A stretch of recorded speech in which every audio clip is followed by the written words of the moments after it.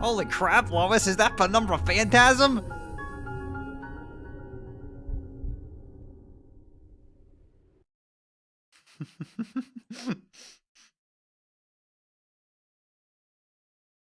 Peter, the Penumbra is here.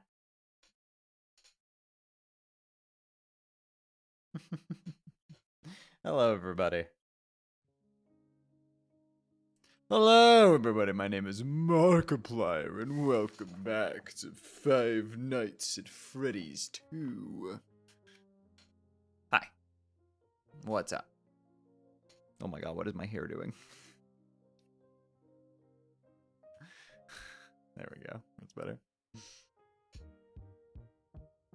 What the fuck? I thought you were a Silk Song streamer.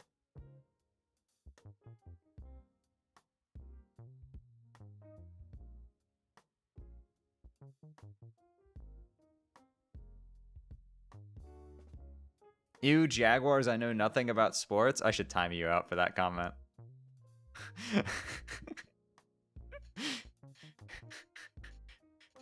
We used to kill people for saying things like this. Yippee.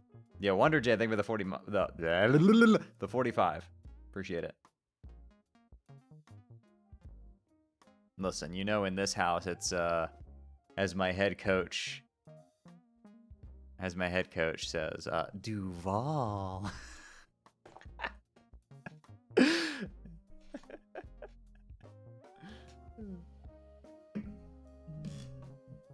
Hey, look, it's Shay Homestuck. That's me.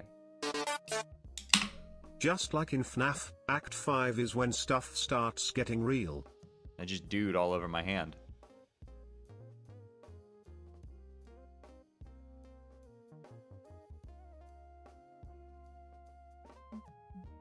Yo, Doc Mahjong, thank you for the 25 months. Wonder J, thank you for the 45. Zebo, thank you for the 28 as well.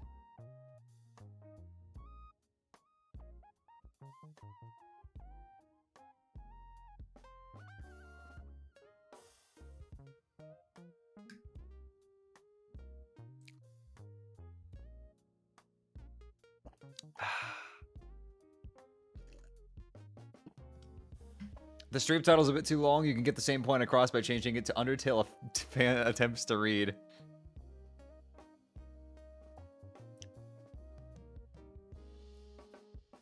How many supplies of Baja Blast do you have? I usually go buy a 24 pack, or I buy two 12 packs, like every time I go to the grocery store. Yeah, it's up, dorked.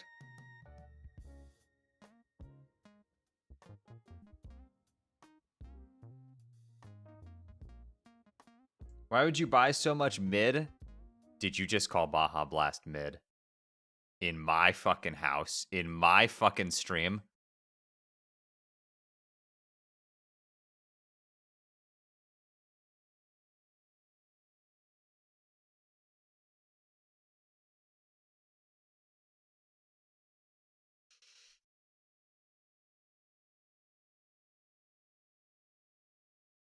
We used to be a proper society.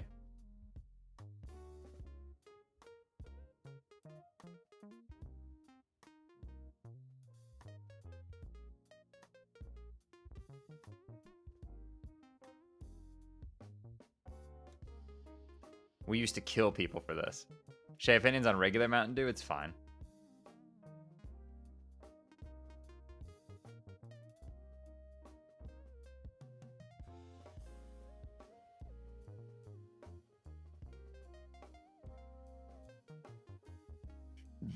Excuse me.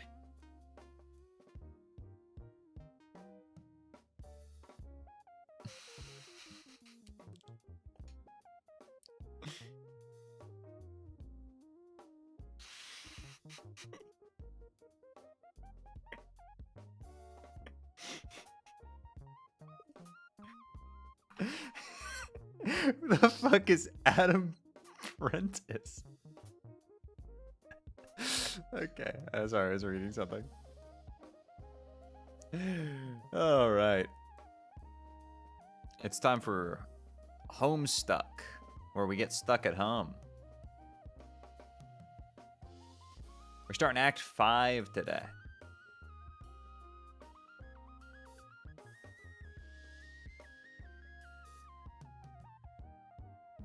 Let's start homing some stucks.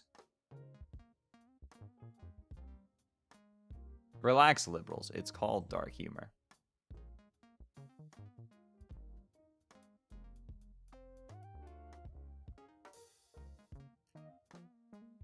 Act 5, yay. Yeah, this Silk Song shit's getting ridiculous.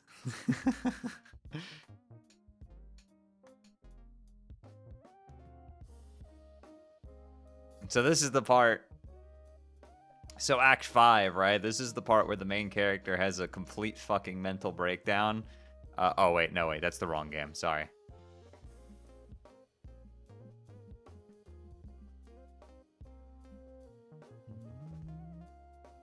Shay, is there a Jimbo behind you? There is. We got Toriel, Spamton, Jimbo, Amogus, Process, and then the Sushés.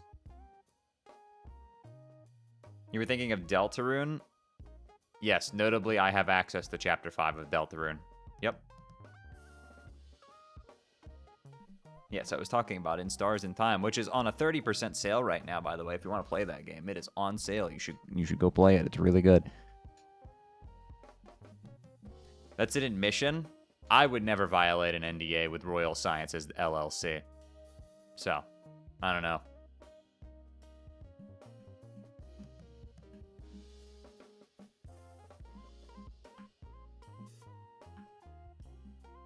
That's an implicit admission. I just said I would never violate an NDA that I may or may not have with Royal Sciences LLC. What else is there to say?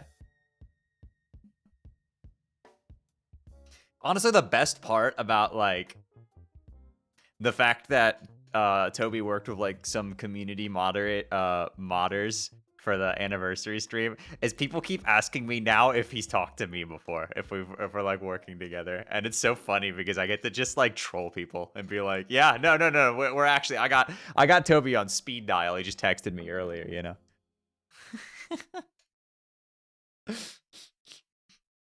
And nobody knows if I'm lying or not.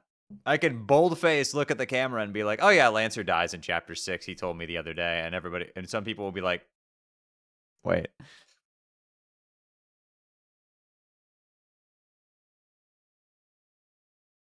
I don't think any of the Undertale Yellow Team New Spazco was recruited for that. No, because they signed an NDA. No, I wasn't aware of it either. I wasn't aware, even though I'm friends with Maxine and Collinator. I will say, though, I sort of knew what was going on. I was watching that anniversary stream, and a couple of the things I was just like... Particularly when they got to the bedlump thing, I was like, oh, okay. Okay, I see what's happening here.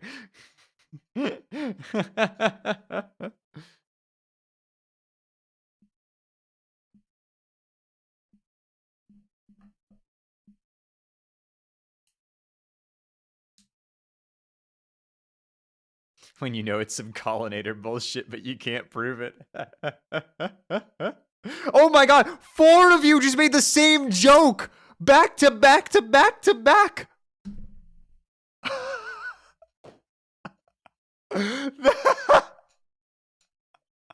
Oh my fucking god! Oh. Okay. Only three. I've miscounted one. That was wrong, but look at this. One collective, one fucking brain cell, man. Hi, that's me. That's you. No way. That's oomph? Question mark? Are we following each other? I don't remember.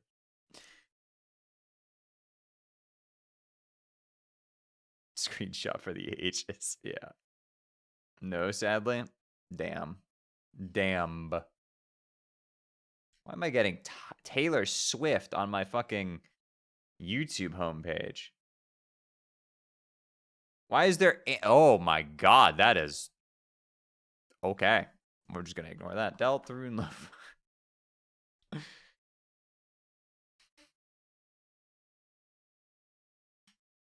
Wait, where's my... Ah, there it is. I want to use the same mix I always use. Makes crediting easier.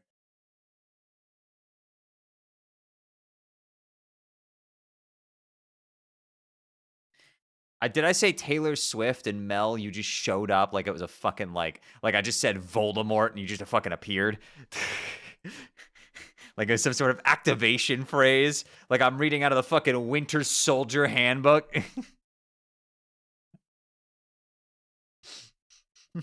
Sleeper agent.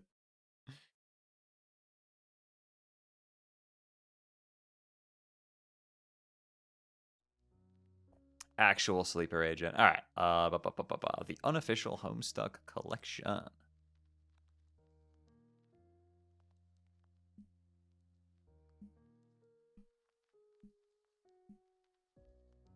Harry Potter references 2 streams in a row. Should I send them to trans jail? I am trans! You can't send me to trans jail.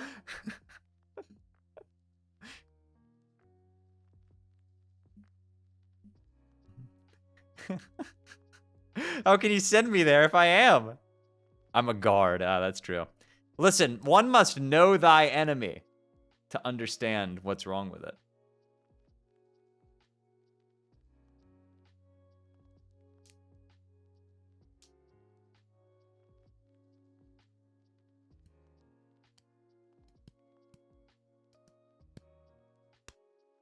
Is that fucking Minos Prime?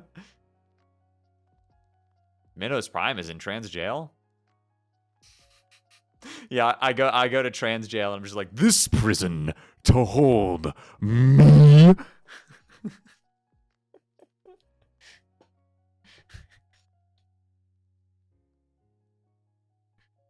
Shay, that's Sisyphus. I know. I've probably played Ultra Kill way more than you have. That's the funny line. Minos doesn't say anything when he escapes.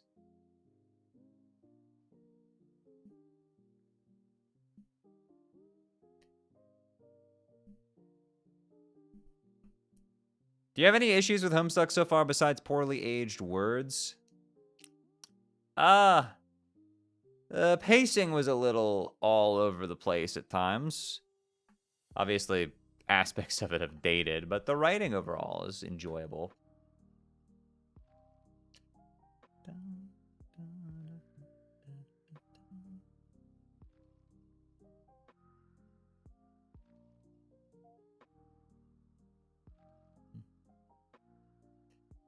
Yeah, Gabriel put Minos Prime in trans jail, and then he escaped. This is because Gabriel is trans. We all knew it. That is a trans man right there. It's canon.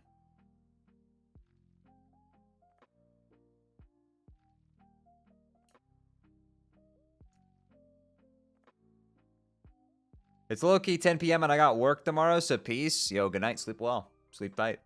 Don't let the bed bugs bite.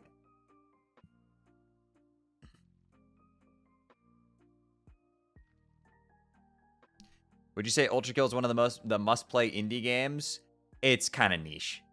I love that game. I really do love it. Also, it's not finished yet. But, I mean, I love it. At the same time, I will admit that it is very much a niche thing. I mean, it appeals to people who like a specific genre of games. It just so happens that Ultra Kill is something I personally have wanted for God knows how long at this point. And I fucking adore Ultra Kill. Love that game. It's an acquired taste. For me, it wasn't an acquired taste. I played that shit and I fell in love with it in like 3 minutes. It is everything I wanted out of a first-person shooter for decades.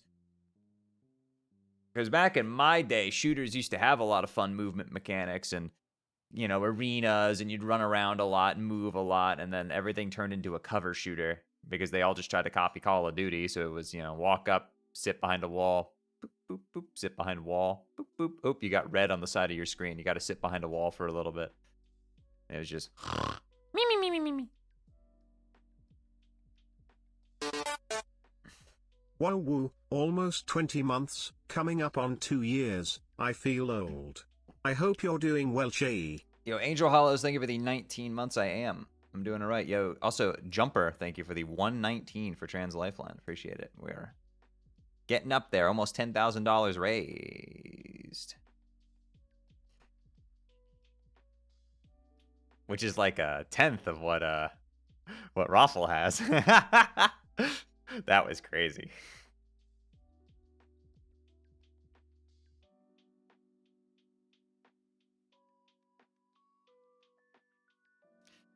Elsewhere in Paradox Space, we examine another planet forgotten by time, but we will strive to remember. What was this planet's name? Think you missed my dono? Did I? Oh shit, whoa, I did! Oh, I didn't even get an alert for that. Yo, thank you. Sean, thank you for the $50 for Trans Lifeline. Holy fuck, I totally missed that. I am so sorry that didn't pop up on my feed. It got like immediately swarmed off screen by the hype train thing. That is incredibly generous of you. Thank you so much. Trans rights, baby, let's go. W trans rights.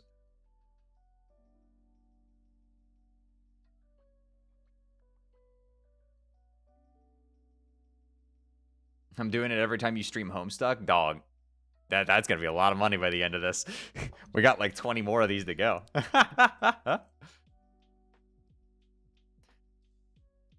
What was the planet's name? That. Oh boy. Oh, haha, nice one, Smarty Pants. Really hilarious. But let's get real here. No more clowning around. There's a cheat sheet? Oh, God. Where did that unlock at? I saw it pop up.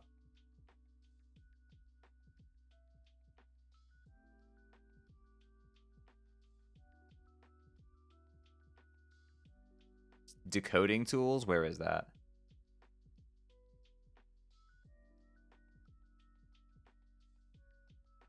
Oh, decoding tools. Here we go.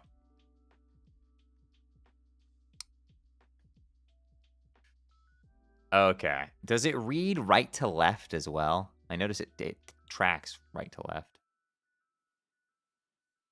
Oh, yeah. I see.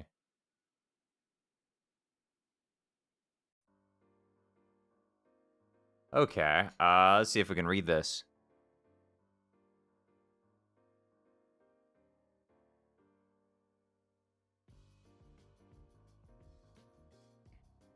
It disappears too quickly for me to want to read it. That is much better. In fact, as it happens, your guess is precisely correct. What are the odds? We examine the planet Alternia. Somewhere on this planet, there is a young troll.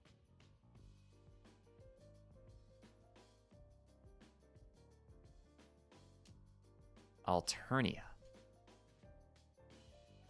This young troll stands in his respite block. It just so happens that today, the 12th bilunar perigee of the 6th dark season's equinox, is the day of this young troll's larval awakening, also known as his wriggling day. Though it was 6 solar sweeps ago he was given life, it is only today he will be given a name. 6 Alternian 6 Alternian solar sweeps, for convenient reference, is equivalent to 13 Earth years. But, oh, why is it 6? It's not a clean ratio. Earth, also for convenient reference, is a planet that does not yet exist. What will the name of this young troll be?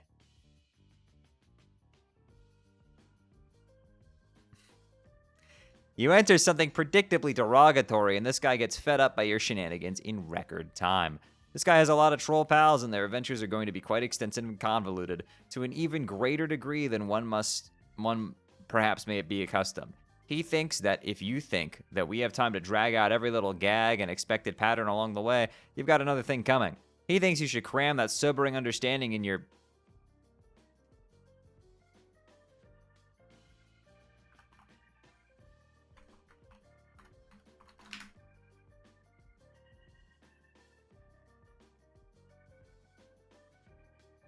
Adjective meaning composed of or resembling chitin, the tough, flexible polysaccharide that forms on the primary component of exoskeletons like arthropods. Interesting. In your chitinous windhole, and tamp it down hard with your ugly, stupid-looking cartilage nub. All right, what did we enter there? Oh, God. Oh, it's so low res. It's hard to read.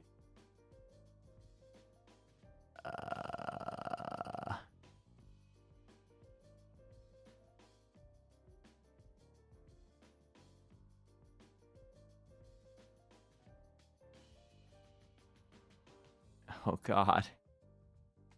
This is impossible. I give up. I'm not bothering with it. Try again.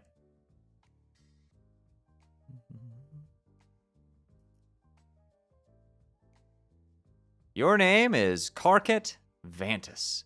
As was previously mentioned, it is your wriggling day, which is barely even worth mentioning. It is an anniversary, if anything, to lament the faults of your existence, of which there are assuredly plenty. Equally plenty, and somewhat related to that topic, are your interests. You have a passion for ridiculously terrible romantic movies and rom-coms. You should really be embarrassed for liking this dreadful cinema. But for some reason, you are not. You like to program computers, but you are notoriously pretty awful at it. Your programs invariably damage the machines on which they are executed, which is just as well, since you like to believe you specialize in computer viruses. When you mature, you aspire to join the ranks of the most lethal members of your society, the Tresecutioners. You like to practice with your really cool sickle, but you just wind up looking like kind of a doofus by yourself in your room. You like to chat with some of your other troll pals, most of which drive you batshit up the fucking belfry. You have been trying out a new chat client beta called Trollian, and you are not really sure what you think about it yet. Your troll tag is carcinogeneticist, and you speak in a manner that is almost exclusively ordinary all the time. Later, you will play a game with 5 other friends and go on a big adventure with them. This game, for convenient reference, is a game that does not yet exist. But it will soon. What will you do? All right, Carket. Examine the slimy purple pod. It is your recuperation. Recuperaccoon. Recuperaccoon. Yeah, that's recuperation raccoon. Not raccoon. Cocoon. That's the word. Like a moth. Full of nourishing soaper slime. Every young troll enjoys the cozy embrace of a vessel each night, and the relaxing ooze helps assuage the terrible visions of blood and carnage that plague the dark subconscious of your species. It's so inviting. A few minutes couldn't hurt. Yo, Art, thank you for the tier 1. Appreciate you. Get in. Okay, this sure is cozy and all, but you can't be napping all day like a chump. Damn it, you're a busy guy. You are sort of a big deal. Goddamn slime. Now, you have to change your clothes too. What were you thinking? Luckily, all your clothes are the same. Trolls think fashion is stupid. Examine the movie posters. Okay, it's time to get serious here. Sweet troll Gigas. Let's get real and get down to some major business. You space up and get caught up reading the titles of films for about 5 minutes. Wow, these movies are great. You don't care what anyone says. Pure magic. Is that Will Smith with troll horns?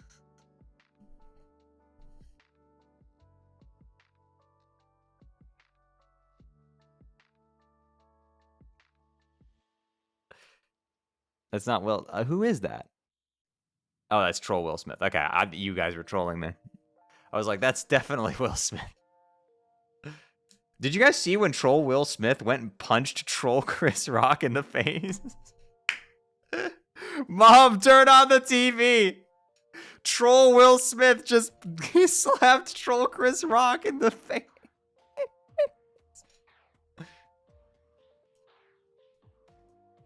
At the Troll Oscars, keep my troll wife's name out your fucking mouth.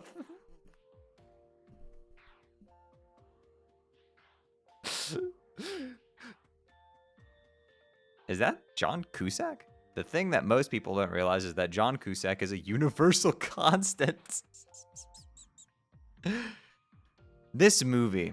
Okay, this one you have a hard time defending, but still, it's so good. The best thing is about how Troll Sandler doesn't make you want to punch anything. Like, nothing at all, really hard or anything.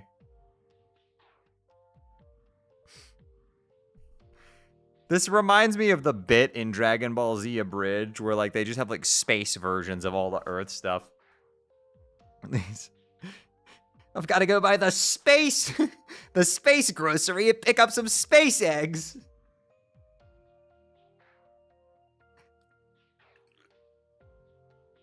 This is like having to put down Old Space Yeller. How is that a thing?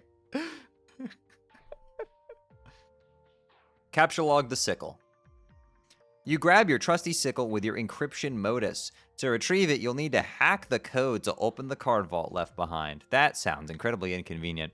This will obviously prove to be a completely ridiculous and untenable way of managing an inventory and lead to a great many follies. Later on, you would swap your modus with your hacker friend, a guy who, unlike you, happens to be competent with programming. It would only make sense. But for the time being, it makes your life kind of a nightmare. There are so many stupid things that happen because of this modus. So many, you just have no idea. Take the card vault. God damn it. You hear some unhappy grumbling through the hole below. This was not the coolest thing you could have done just now. Page 2000, boys, we've made it. Examine the large black book. You make quite sure not to capture log it and simply pick it up and read it. ATH, a handbook for the imminently deceased. Chapter 1, prepare your ATH file, dig your grave. A bone to pick, for death begins with life's first breath and life begins at touch of death. Troll Will Smith.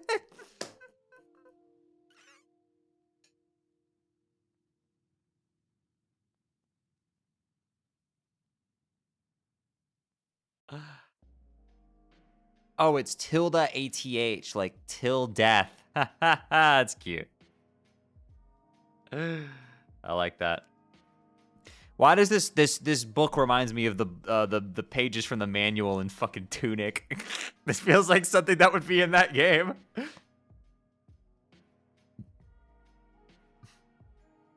That's where my username is everywhere else. I use till death abine. Oh, that's cute. It is a thick programming manual called Till Death, a handbook for the imminently deceased. Till Death is an insufferable language to work with. Its logic is composed of nothing but infinite loops, or at best, loops of effectively interminable construction. The above page in the intro section documents the simplest possible till death code structure. Any code deviating from this basic structure will not compile. You have a whole bunch of code samples you've been messing around with on your computer. It's been frustrating at best and debilitating to your machine at worst. A star in the constellation Draco. Oh, that's cool. Leave your room. You step outside your respite block onto your hive's numerous extraterrestrial landing slats. You were allowed to design this hive when you were young, after you emerged victorious from your trials deep in the brooding caverns. You have lived here with your custodian ever since. It's almost as if your people have placed a great... Oh, we have an ad. This is the coding language Undertale was written in. So true. Chat, I need to use the restroom real fast while the ads are running. Give me just a moment. I will be right back.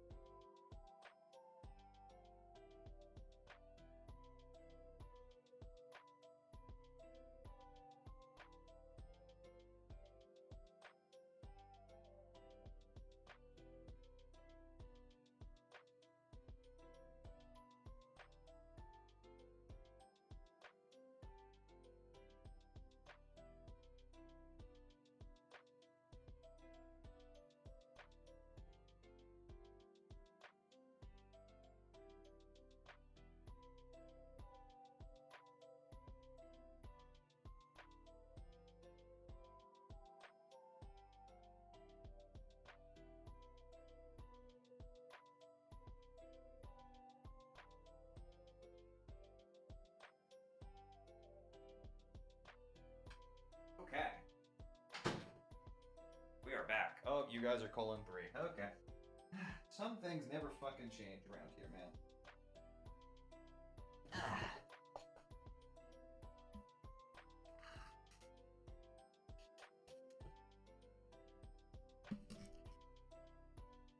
How does this even start? My God. Look at it. It's just it just starts and it's like a fucking invasion. Updated my username here? Yo, nice. Nice, Tilda. All right.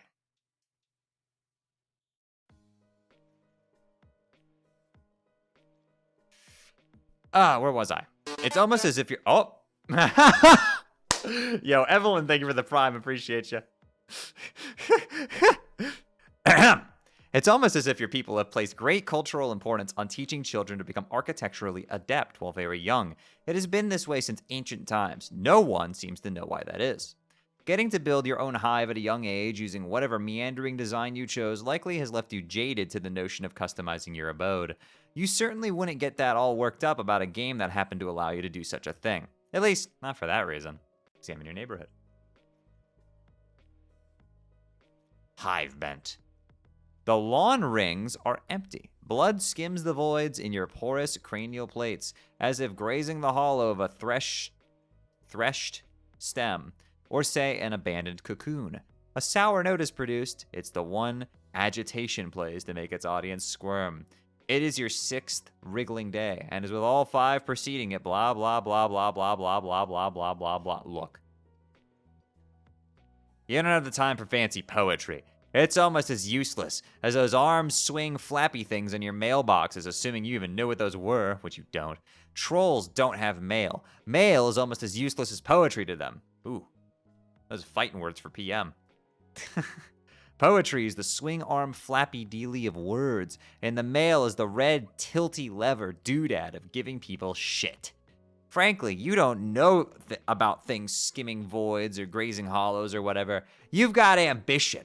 You were meant to be a big shot.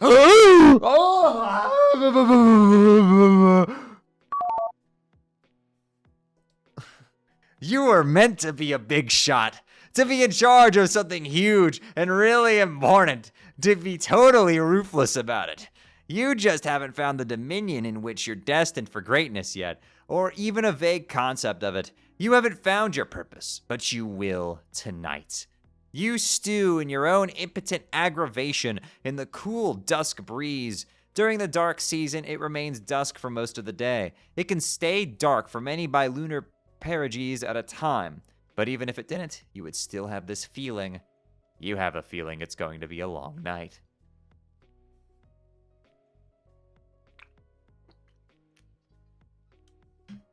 Is this the guy who sounds like Dib? Yes. That was Karkat. One line? Fuck! That's actually like a perfect voice for him, I'm not gonna lie. From like how he types, like that voice, that is almost exactly how I imagine him sounding like. That is like dead on perfect.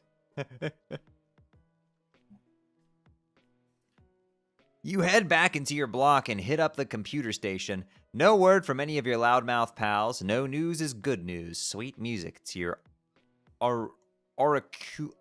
auricular sponge clots. My God, these words. Check out the magazine. It's the latest issue of Game Grub. This one appears to boast the exclusive leaks. They all boast about that. You're not even really sure what it means.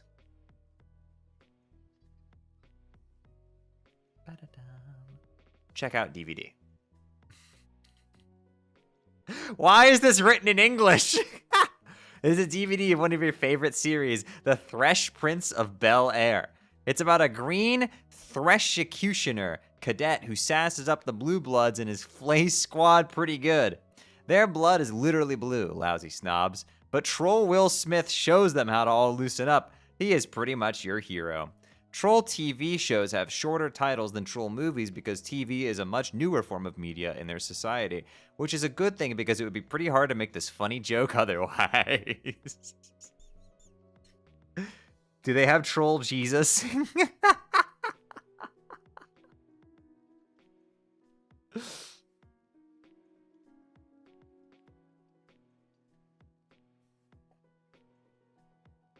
have troll Gigas. Oh my god. Get down to business on a computer. Okay, enough messing around. Time to get some work done. Maybe a little programming. Oh god. It figures that installing this new beta chat client would open the floodgates. All your moron friends are going to be hounding you relentlessly. Not that they needed an excuse before. Excuse me, that was the sushi talking. You wonder what this chump wants.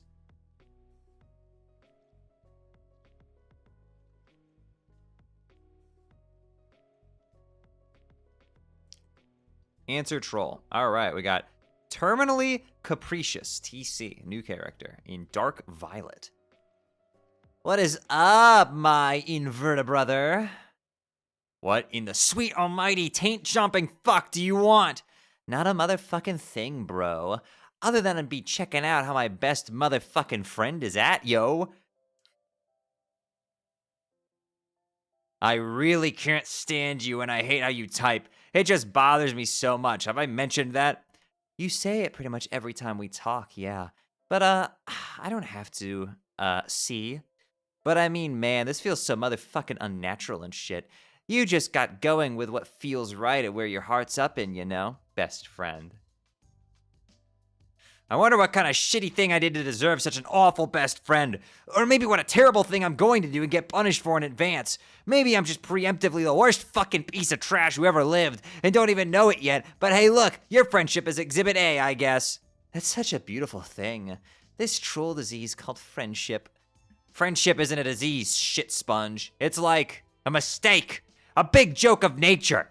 It's a miracle. Oh, no, don't. Don't start with the miracles again.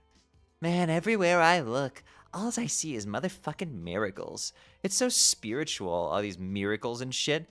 Okay, like, just be taking this motherfucking it's bottle fucking Fago I just cracked open, and how it's being all like hissing and shit. Motherfucking hissing, man. Who went and told it all to do that? How would it even do that? That's crazy. It's a miracle. Fago again. It's carbonation, you ignorant douche. Try getting school-fed sometime instead of slurping down that weird swill all day and fondling your stupid horns. No, bro, I don't want to know. Don't even tell me. Knowing shit just steals up all the fucking magic from my miracles like a motherfucking thief. And that ain't cool. The only miracle is that you like that disgusting sludge. Where do you even get that stuff? It's also a miracle you dress like an imbecile and are basically the stupidest asshole I've ever known. Actually, you're right. There are miracles everywhere. I've been a fool. See, man, I am straight up telling you, miracles. It's like, all right, computers, right? What the fuck? Miracles is what? Fuck you! Fuck you for me just reading that. Anyway, what's up with your bad self for serious here? Isn't something big all going down? What? I heard something big was going down. Just all be telling me all what motherfucking it's up all and about. Fuck. Stop saying all. Oh, are you talking about TA's thing? Yeah. Fuck yeah, man. So mysterious. I'm never being getting ceased to be amazed by all these fucking mysteries life's got for us. Anyway, I don't know what's up with all that. Maybe I'll talk to him tonight about it. Maybe I won't. It's probably just another one of his projects that winds up being completely useless and a huge waste of my time. Yeah, maybe, but he's your best friend, though, so it's all cool. Anyway, I thought this sounded pretty big motherfucking deal, my man. What? Bro, never mind. I just fucking, did that to scare the shit out of myself here. These damn horns.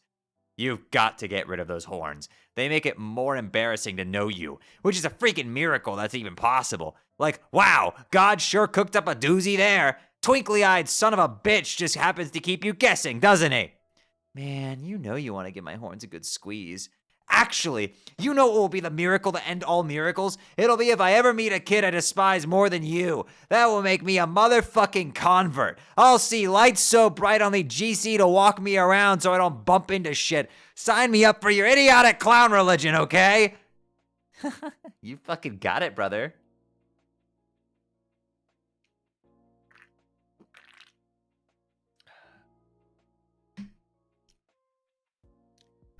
So, does this imply that there's troll god?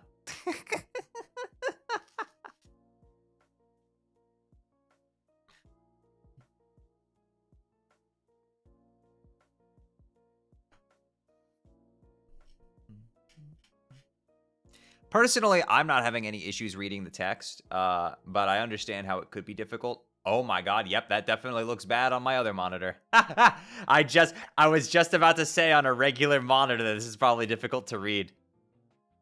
It is not on mine, but I have an OLED, so it stands out against the black background perfectly.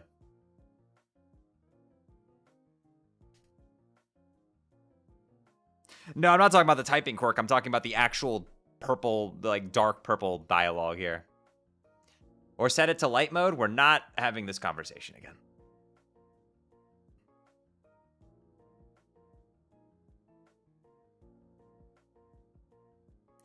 Whoa, what the motherfuck? Who's this motherfucker? It's cool. Life is just like that sometimes. It's full of mysteries. You'll be doing one thing and then something else hits you just like that and you roll with it. That's what you do when life hands you lemons. You sure as fuck don't make lemonade because who the fuck knows where that fucking shit comes from? Okay, so you know what? Maybe the animated pilot wasn't swearing more than the comic was.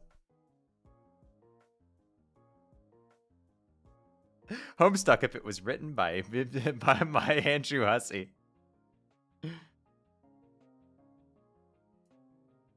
Someone needs to invent a higher contrast dark mode. There is a high contrast thing, and people yelled at me for putting it on, so.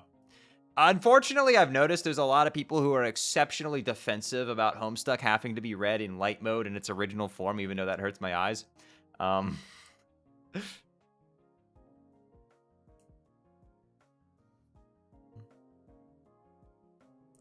It's squeezed out of Miracles is where. So what's this motherfucker's name?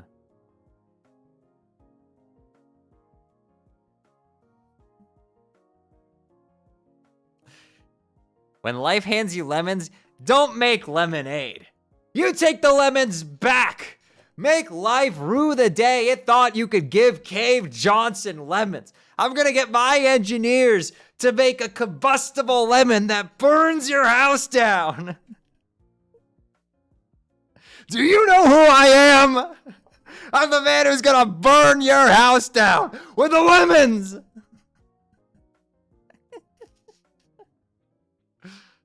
Enter name.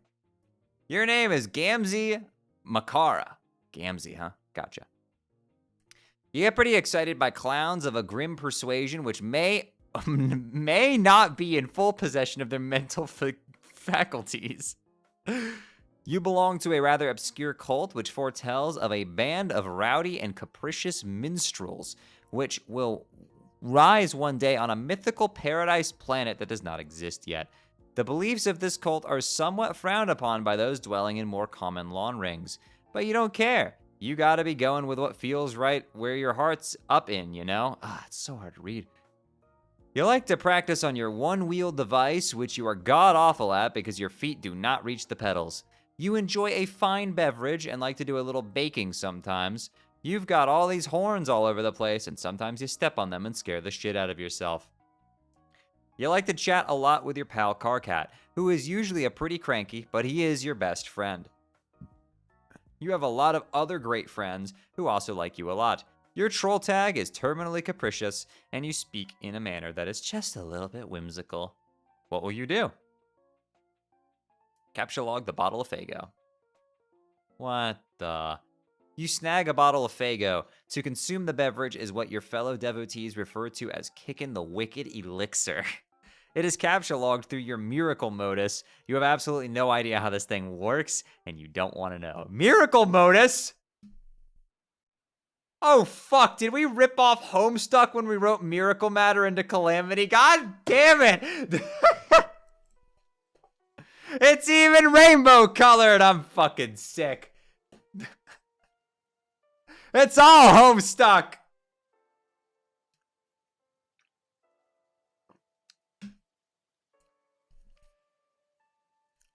Capture log the computer.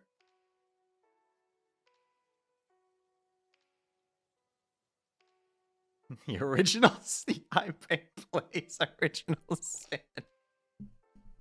I don't know. Yvonne's not responsible for the current design. At least I don't think. Maybe? Wasn't it in Honest, actually? I don't even remember. Yo, Happy, thank you for the 11 freaking gift subs. Holy crap. I'm pretty sure there's discounts on it right now, right? Chat, if you are not a subscriber to the channel and you did not just get a gift sub from that bomb, you are legally required to type dodged in the chat.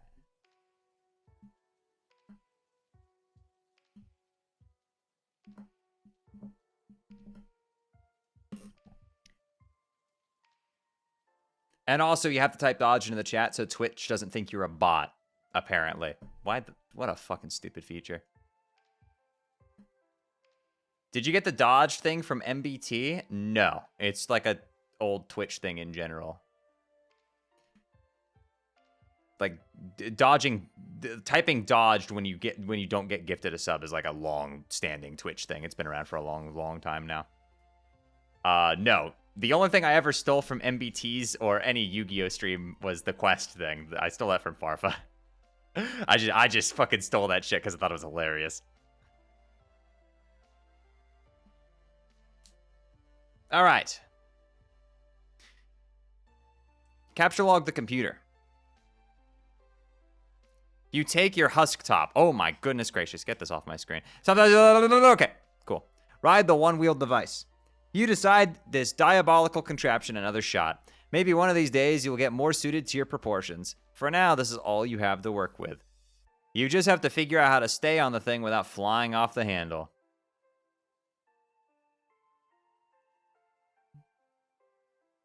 You do some sort of acrobatic fucking pirouette off the handle into a big pile of horns. Honk. Sample delicious pie cooling on the counter. Oh my fucking god, it's all Homestuck! Are you serious? Come on! Please stop! Oh.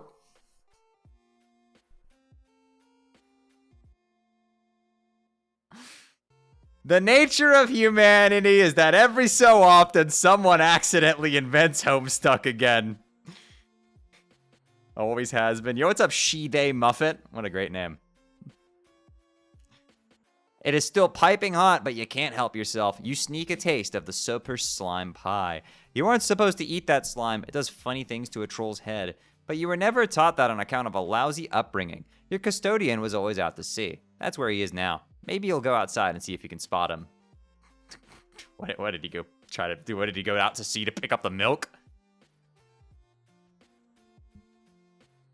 Take a juggling club.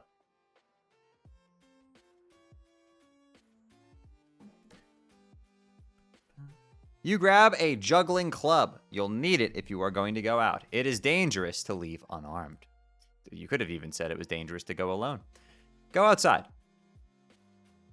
You leave your hive and head out to the beach. There is no sign of your custodian. You should not stay out here very long. The sea dwellers are quite hostile. What is fucking troll Aquaman's gonna show up? Someone is bugging you. This is exciting. You're always down for shooting the wicked shit with anyone who put up with you. Now, if only you could figure out how to get your husk top out of this stupid thing, it'll be a miracle if you can manage.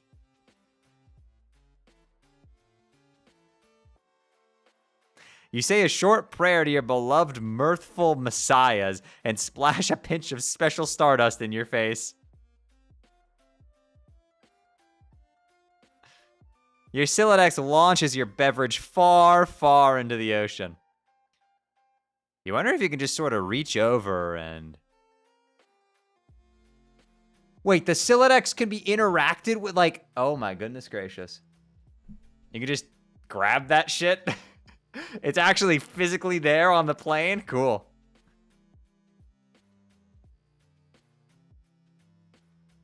Metaphysical object. It is and isn't there. I like that. It's like the UI in a Toby Fox game. Sometimes it's there and sometimes it isn't. GC began trolling TC.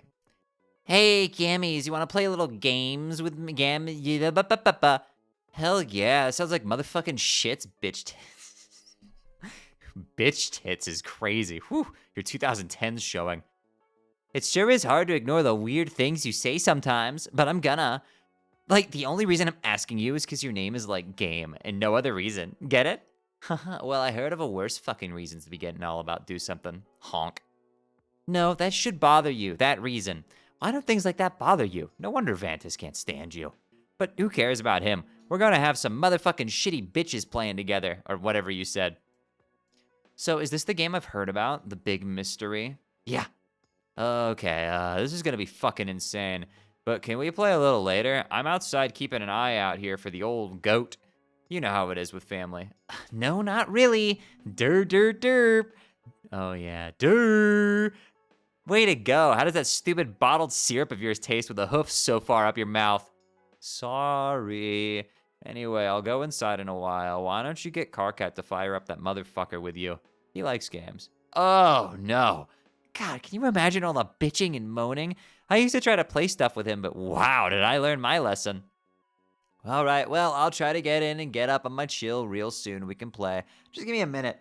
Bullshit. You know you're just gonna sit there at the beach and space out and lose track of time. Hello? Games? What? Oh man, sorry, I spaced out. Did you know how beautiful the sound of the ocean is? Have you ever even seen the ocean or smelled it? Sorry.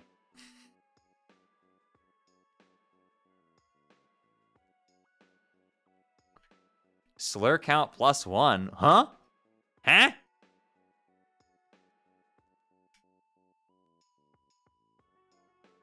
Huh?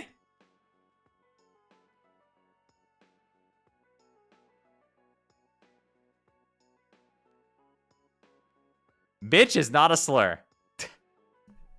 Okay, whoa. You had me worried for a second.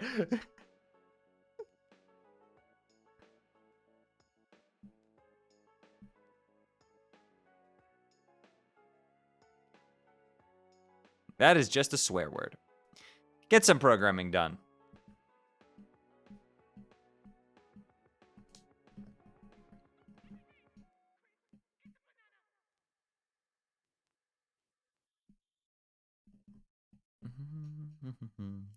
Let's see here. What is this? This code looks fucking horrible. What? Import universe, import author, execute null, execute now. Finally, some peace and quiet. Now you can bear down on your coding. This will surely last all evening without interruption. You reopen one of your till death projects you started recently. You are still horsing around with the conditions for terminating the loops. With what many till death coders do is import finite constructs and bind the loops to their lifespan. For instance, the main loop here will terminate on the death of the universe, labeled U. That way, you only have to wait billions of years for it to end instead of forever. You have found a sub-loop to the lifespan of the code's author, which is you. Any routine at the end will execute when you die. You figure this might be handy for Cody something that will release a final will and testament, or maybe some doomsday virus. He spent a lot of time thinking of ways to make the perfect doomsday virus. Conveniently absent from TillDeath's extensive import library are entities with short lifespans, like a rapidly decaying particle that only lasts a millisecond sure would be handy, or even a fruit fly or something. But no, coding with this language is all about finding ways to trick it into doing what you want. Your hacker buddy is obnoxiously good at it. He sent you some files which you still don't understand, but you're not going to admit that. He is even better at making viruses than you, which really gets stuck in your nook. Check out one of his files.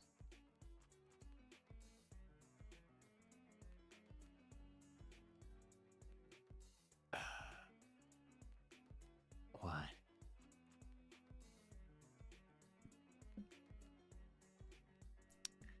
This code, when executed, immediately causes the user's computer to explode.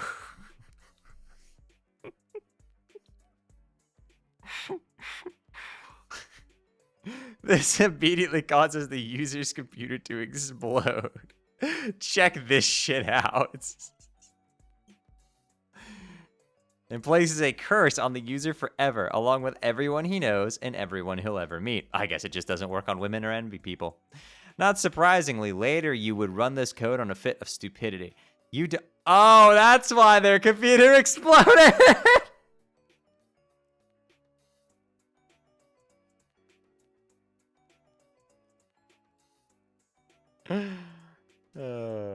okay. You don't know how he does stuff like this. What does this even mean? It's nonsense. Is it even syntactically viable? Are you allowed to color text like that? Ah, maybe you should ask him about it sometime. Oh, speak of the devil, here he is bugging you about something. Time to put on your game face and pretend you don't think very highly of his abilities.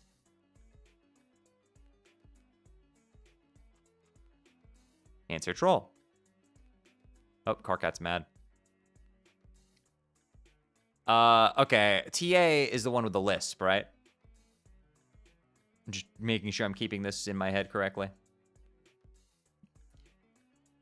KK, don't flip your fit about this, but I'm getting you up to play a game with some people. Why would I flip my shit about that? Because you flip your shit about everything. Well, would you look at this? Here is my shit, and yet it remains unflipped. Just sitting there on the skillet, getting burned on one side. It's a miracle. Oh no, are you in the miracle now too? Because if you are, you've fired preemptively from the game. Fuck no! Okay, nice. Miracles are like poop stains on God's underwear. Making fun of people's religion is the best thing to do. That's why he hides them. They're fucking embarrassing. God launders in mysterious ways. Right on, but let's shut your mouth a second and talk about this game. It'll only be a second, really. You don't have to do too much. Okay, good, because I'm pretty busy tonight. What is this thing anyway? Why all the secrecy? Well, the short story is it's an immersive simulation you play with a group. The long story is that the fate of our civilization depends on you playing it. I guess the long one was shorter than the short one. Fuck! God, it feels like I'm making Lancer swear, and that feels... Lancer's up here, though. Lancer's a cute, innocent boy, and this person is a little evil. It's got a little bit of a sinister look to it, a little deeper. I can't stop fucking swearing. I'm basically fucking Busy Pop out here.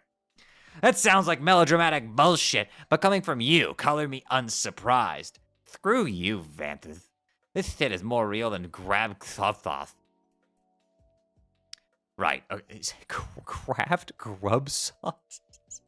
Right, okay. So you made this game? No. It's like I adopted it. From what?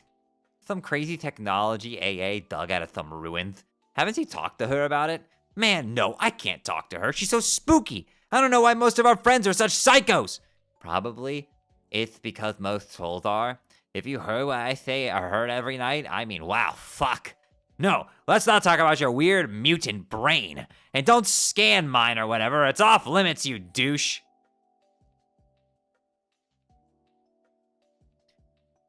Oh, okay.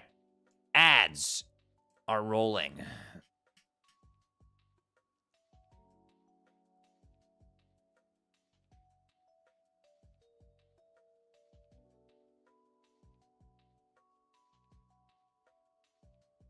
The ads, they emerge, they roll.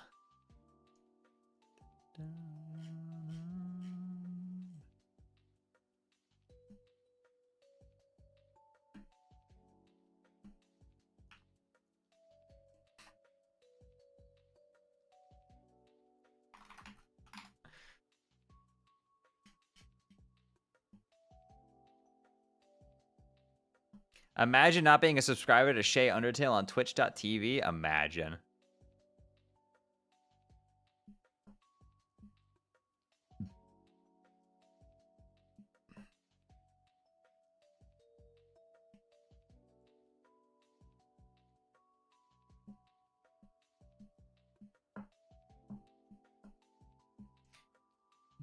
You don't have $6? Is it $6 now? Is a Twitch sub really $6? Listen, the planet's warming up. The animals are leaving. The aliens aren't contacting us. But do you really need anyone else?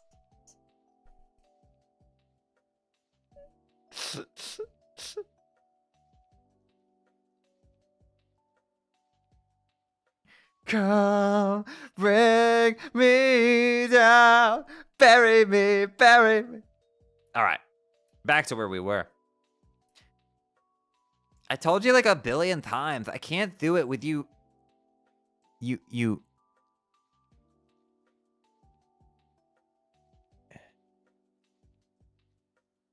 Nub slurping? Nub slurping fuck pod? That's a fake word. That's a troll word. I love the animals are leaving. Like, where are they going? Earth 2. They're going to Alternia.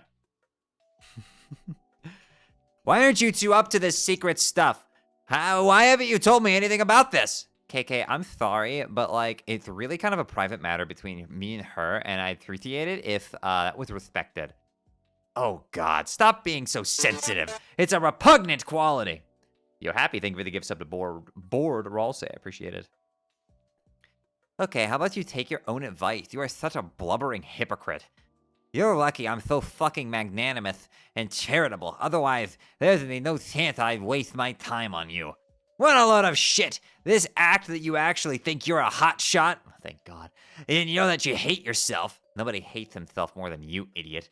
Yeah, well, I hate you way more than I hate myself, and that's fucking saying something. In fact, I hate you more than I hate myself, and you hate me combined! Oh, fuck that noise. In every leaking orifice, it's got, you know, I hate the combined product of you and myself more than you could ever begin to hate me and myself and you and yourself on your worst day to fucking deal with it. Holy shit, please use punctuation, TA. Okay, timeout for the idiot. The idiot gets a timeout and shuts up for a second. That's you. Just tell me what to do about this game. Okay, well, I'll send you a download soon. I'm getting up to 2 teams. Like, it'll be 2 separate competing teams that have a better chance of at least one group winning. And also, I guess, to see who can win faster. Okay, let me guess. There's a red team and a blue team, right? Yeah? You're on the red team. I will be the leader of the blue. Okay, I guess I can pick my teammates then? Bro, you're not the red team leader. I picked GC for that. What? How many questions? This is a really... What? Dude, I did not think you'd be interested in this. I don't know why. I act all offended. Oh, wow. Now I see. Really fucking clever, picking the blind girl to read the team you're competing with. I knew you were a cheater, lowlife fucking scumbag with no scruples or self-esteem and were basically worthless on every level, but somehow I'm still disappointed in you. Well, I am such an idiot for not rewarding your bubbly personality and impeccable people skills with a leadership gig. What an inconsiderate knuckle-sponged asshole I've been. I am a hatch leader and you know it! I know your filthy feet flap is fluttering in the profane breeze that is shooting out of your stinkly meal tunnel. I don't know how I get that much. Holy fuck. How do you get out of your cocoon in the morning knowing you're the worst thing a universe was ever responsible for? Also, it must be hard with your hands to persistently bother every mutated set of genitals peppering that ghastly husk you pawn off as a body. Has a female ever looked at you without once turning skyward and erupting like a vomit volcano? Ask me that. Answer me that.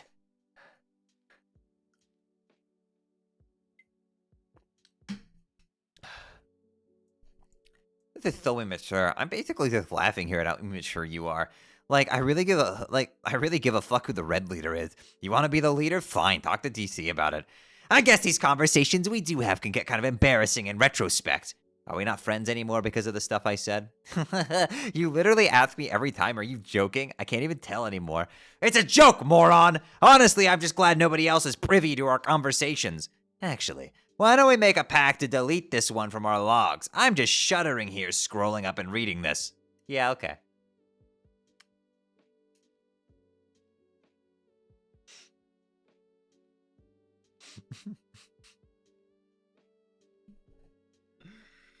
Woo! Oh, it's a lot. God, Carcat is so exhausting to voice. Thank God nobody else can read this. Yes, all 500 of us, this is between them. It's a secret, all right? Sounds like someone downstairs is getting pretty crabby. This is not an encounter you're looking forward to. You'll probably put it off as long as you can manage.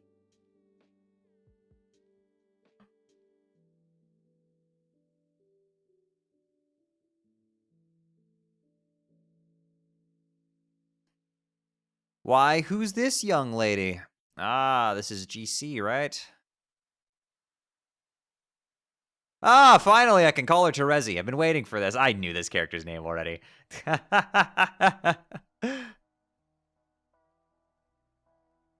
Your name is Terezi Pyra. Oh my god. You are pretty enthusiastic about dragons, but you have a particular affection for their colorful scales, which you gather and use to decorate your hive.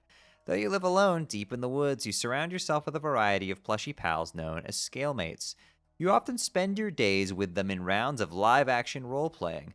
You used to engage in various forms of more extreme role-playing with some of your other friends before you had an accident. Okay. You take an interest in justice, holding particular fascination for orchestrating the demise of the wicked. You have taken up study of brutal Alternian law and surround yourself with legal books. You have no need for copies printed in troll braille because you can smell and taste the words.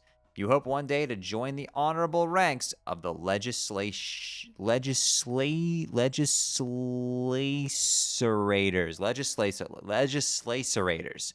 Ooh, that's a tough one. Your troll tag is Gallows Calibrator, and you speak with the numerals the blind prophets once used. You are presently the leader of Red Team, poised to begin a mysterious game with 5 other friends in direct competition with another 6 of your friends, comprising the Blue Team. What will you do?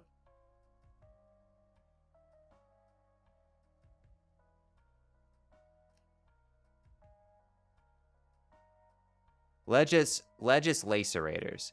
Lacerator. I get it now. Thank you, chat. I appreciate that. I didn't quite pick up on that one.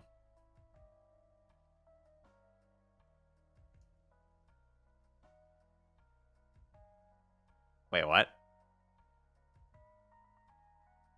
Lass, not lace? Wait, is it not? It's lacerate? I thought you could say it as lacerate. As in laceration. Can you not do either? I mean, I've heard laceration.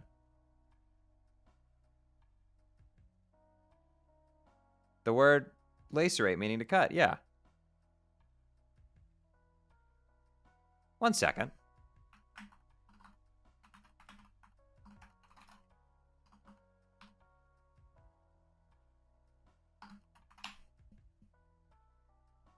Laceration.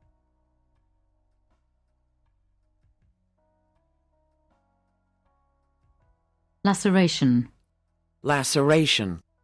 Shit. Laceration. Fuck. I'm just wrong.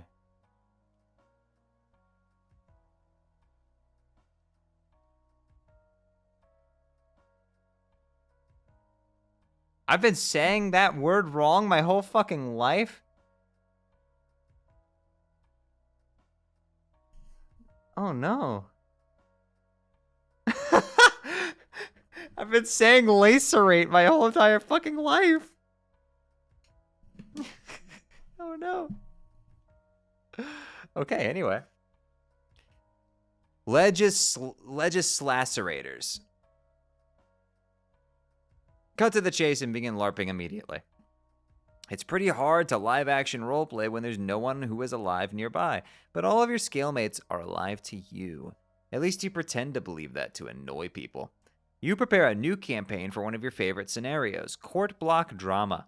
His honorable tyranny presides. On trial is an especially detestable fellow, Senator Lemonsnout.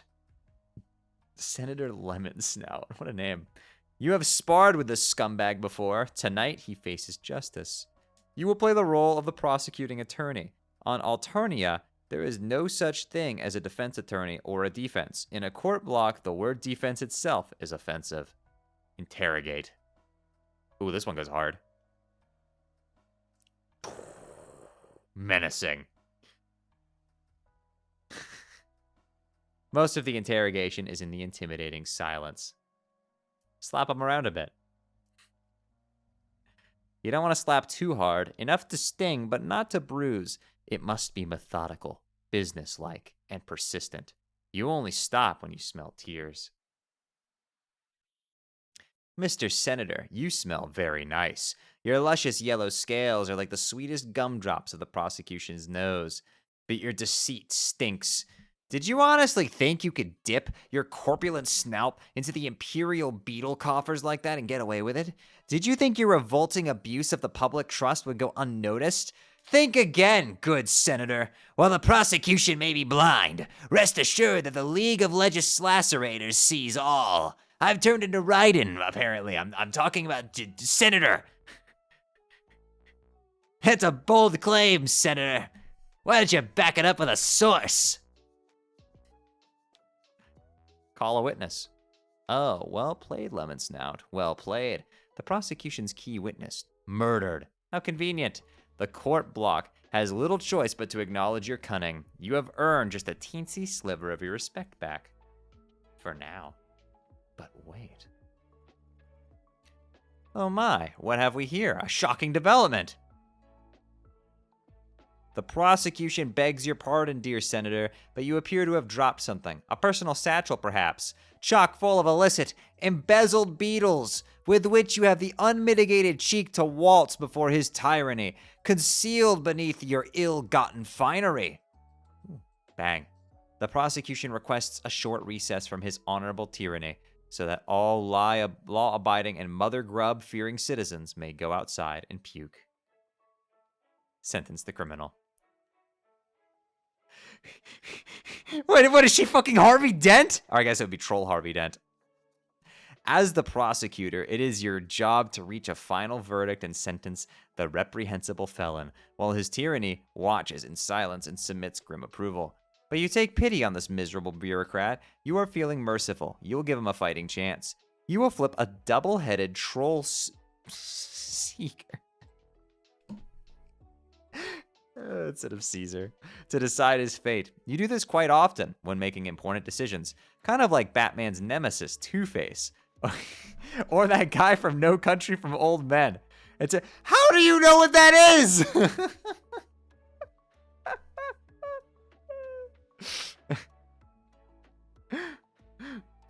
It turns out there are a lot of badasses out there flipping coins. But those are Earth things, and you've never heard of them. It's safe to say you borrowed this gimmick from one of the many, many troll things out there that's got hard-boiled dudes flipping coins for major stakes. You base the habit on whichever one smells the most badass. We got Troll Batman, Troll Face. She's got Troll Hulu. Flip. Ping. Oh my god. Terezi. No.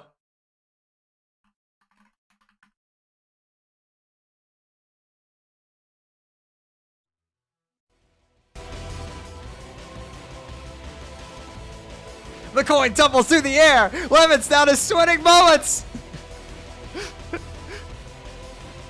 Ah, she missed.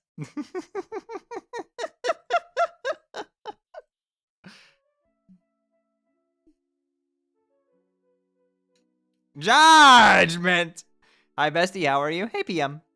I'm doing great. How about you? How are you doing, you wonderful thing? A favorable flip. The senator exhales in relief. But what are you so happy about, Mr. Lemon Snout? He looks a bit confused. He quivers his lowly proboscis at the coin. See? The coin has exonerated him. Coin? What coin? Surely you jest, Mr. Senator. The prosecution sees no coin. She's blind, remember? Oh. Oh my god.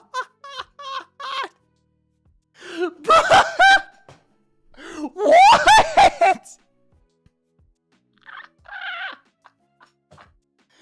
She just fucking hang him. Did I just watch a plush toy get fucking hanged? At the gallows? Oh. Oh, because her name is GC Gallows.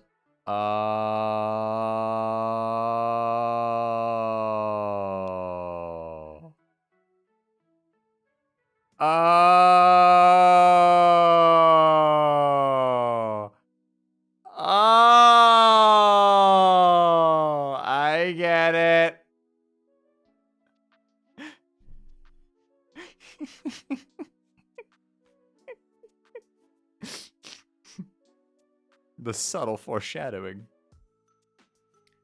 Adjourn. Ah! Another triumph for justice. The court block is adjourned.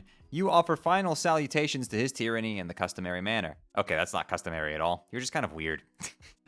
It's just that your red chalk is the most delicious.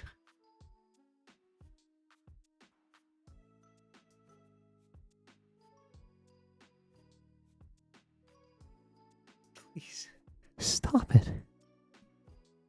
Are you fucking kidding me? How is it possible? How? Everything is Homestuck. It's all Homestuck.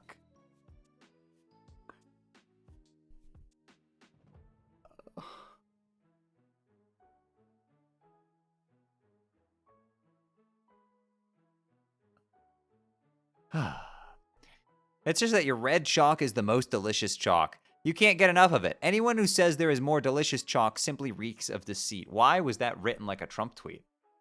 It's just that your red chalk, it's the most delicious chalk. You can't get enough of it. Everybody says, millions of scholars, they all talk about it. It's the most delicious chalk, best chalk. The radical left, they're into the blue chalk. Nobody likes the blue chalk. Everybody talks about the red chalk. It's the best chalk. I hear the blue chalk actually shut down the government, even though we control majority in the House, the Senate, and the presidency. The blue chalk shut down the government. Blue chalk makes you autistic.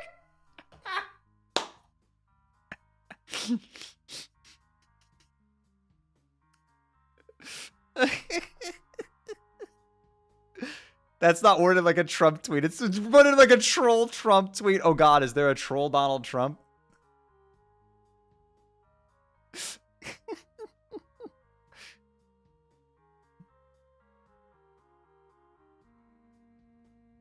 Tyler troll. Tyler troll. Tyler troll. Tyler troll. I'm sick. I'm sick. Tyler troll's crazy. Oh no. He appeared in Troll Home Alone 2, wherein a Yule troll was left alone in his respite block.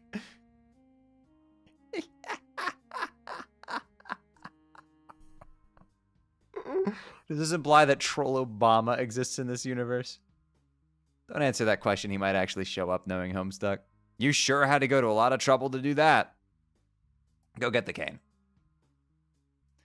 You take your walking cane, which you use as a weapon kind of like Earth Daredevil, who you never heard of. You will use it to wall up enemies when you enter the medium.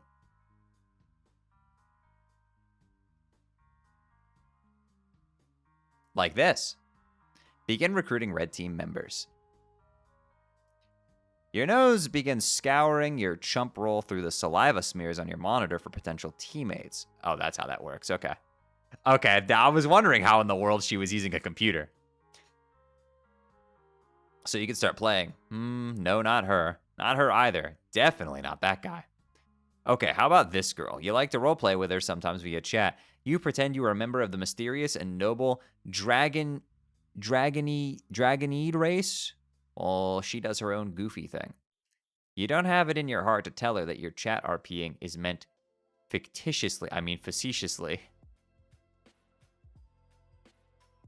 Troll AC.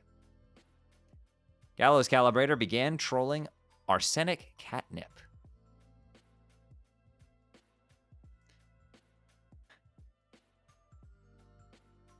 GC lands on your whelping stoop and raps on your cave with her noble and elegant talon, and once with her mighty snout for good measure. Oh my God, are we reading fucking roleplay? Saunters from her dark cave a little bit, sleepy from the recent kill. Uses one of her mouths to lick the fresh blood off her paws and the other one to blow you a kiss. Oh God, what am I reading?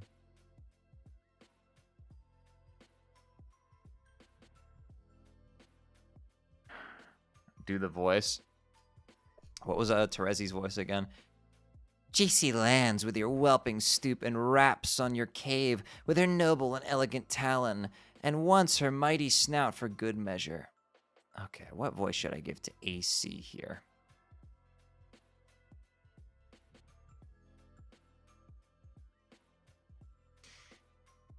Well, this is making me think. I should go like...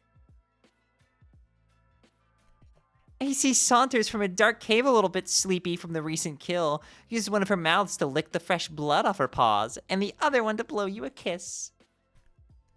GC with a mighty whisk of her mighty tail plucks the kiss out of the air mightily. GC pockets the kiss in her enchanted runes rucksack for later to do something magical, like make goblin wishes come true. Yes, AC finds it to be most admirable use of a kiss. She thinks that goblin wishes need to come true too, like any other kind of person wishes. AC begs your pardon while she rips apart this tasty beast to prepare a meal for her cubs.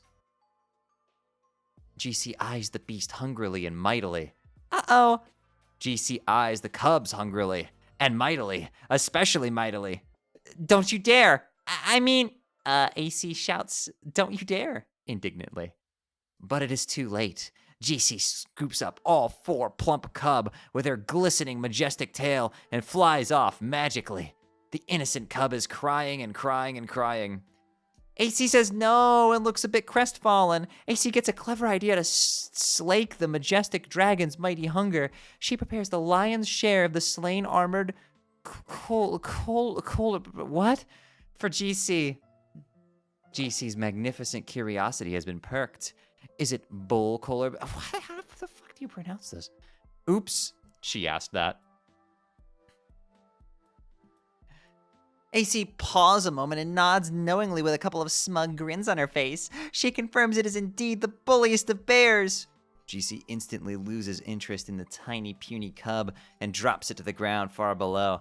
But as it happens, the really cute cub lands in a bush safe and sound. Woo! GC, oh my gosh. Oh! But as it happens, the really cute cub lands in a bush safe and sound. Woo! GC's alarming and splendorific girth settles over the succulent polar bear steak. When she finishes the savory red meat, she lifts her proud, wise head and opens her great big mouth and speaks the ancient tongue of 4,000 wisdoms. She says, "Hey, do you want to play a game with me?" AC crinkles up her nose and prepares for a really unprecedented marathon of baffling feline obstinacy. Her dragonedy suitor will make neither rhyme nor reason of her perplexing behavior for even an instant. No, that was a real question. Want to play a game? Oh, if you made a computer game, then yes, that sounds like fun. Okay, you can be on my team. Team? Who else is playing? I haven't decided yet. A whole bunch of us in 2 teams. Oh, well, it does sound like it'll be a lot of fun, but I think we should get permission first. Blah, that's so stupid. He's not the boss of you. I know, but I still am kind of scared of him, and I think perhaps it's best to just run it by him first so there isn't a kerfuffle about it or anything. This is stupid in such a terrible myriad of dumb ways. You shouldn't be afraid of anyone. You kill big animals with your bare hands, and in any case, he lives nowhere near you. The whole thing is extra stupid. I know, but I just don't think it'll be a big deal. I'll mention it casually, and it'll be fine, I'm sure, and then we can play in just a little bit. Fine. In the meantime, I'll go round up some more people to play. Okay.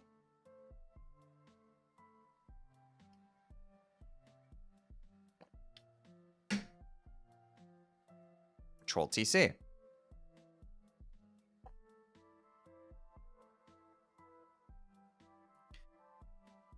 Oh, this is the conversation from earlier. Oh, look at this. It actually tells you when you redo a conversation now.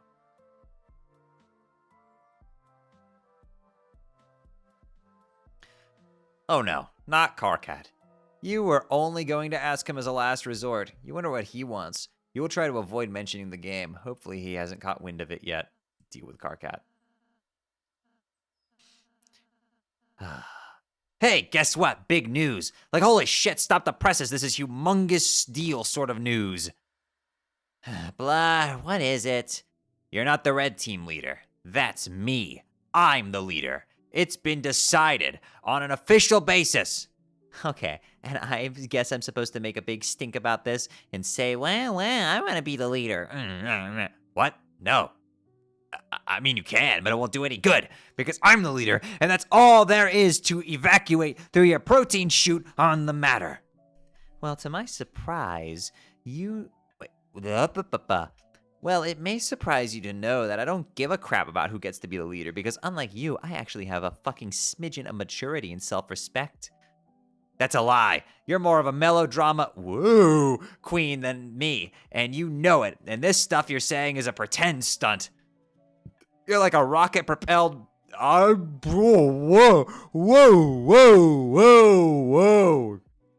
You're like a rocket-propelled maggot spring-loaded up the ass of a psychedelic fucking freak-out weasel on idiot drugs, so let's not play the make-believe games here. Leader. Me.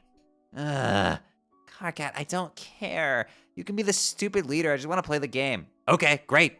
If it's any consolation, I have selected you to be my second in command. Really?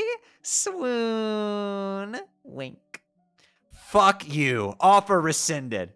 Okay, but seriously, I would have suggested you to be the leader, but honestly, when it comes to serious responsibilities, and I wasn't sure if you were up to it. How could you think that?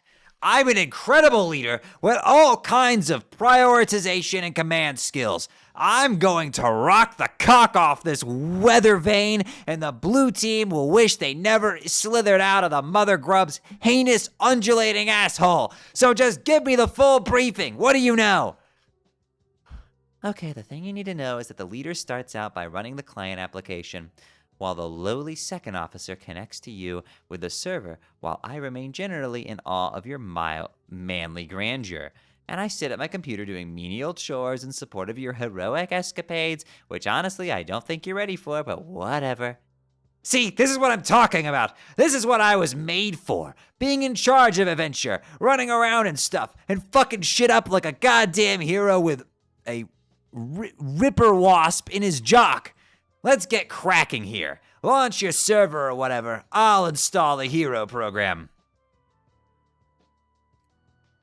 The client. Yeah. Okay, if you insist. Far be it from me to stop you from being so dashing and courageous. And to be perfectly honest, a little bit handsome. All right, we have an ad, boys, so you know what that means. It's time to sit down and pause for a minute. Hydrate yourself.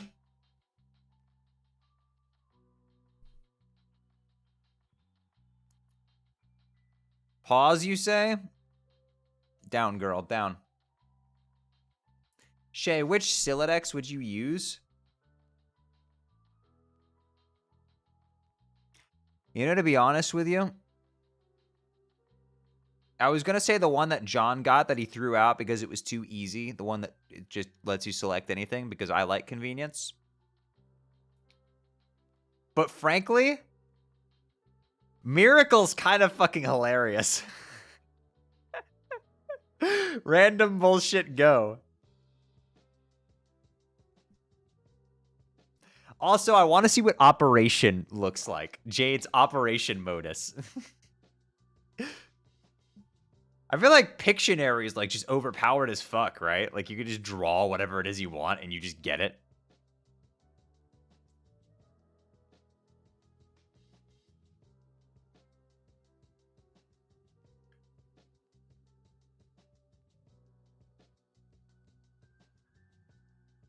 All right, we're back from the advertisements.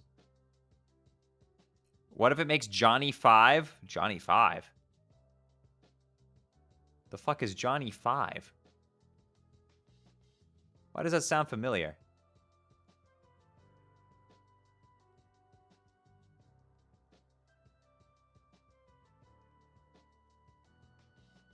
Oh, okay.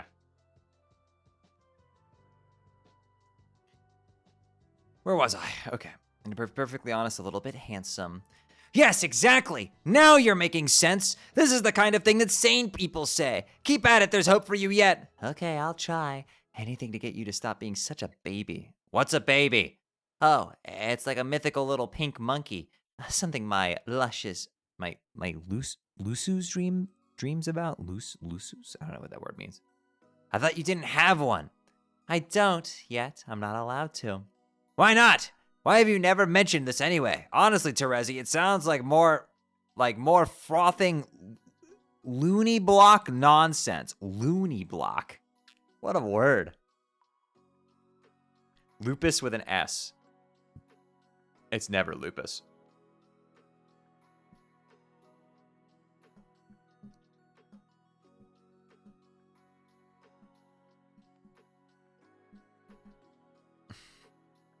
It's never troll lupus.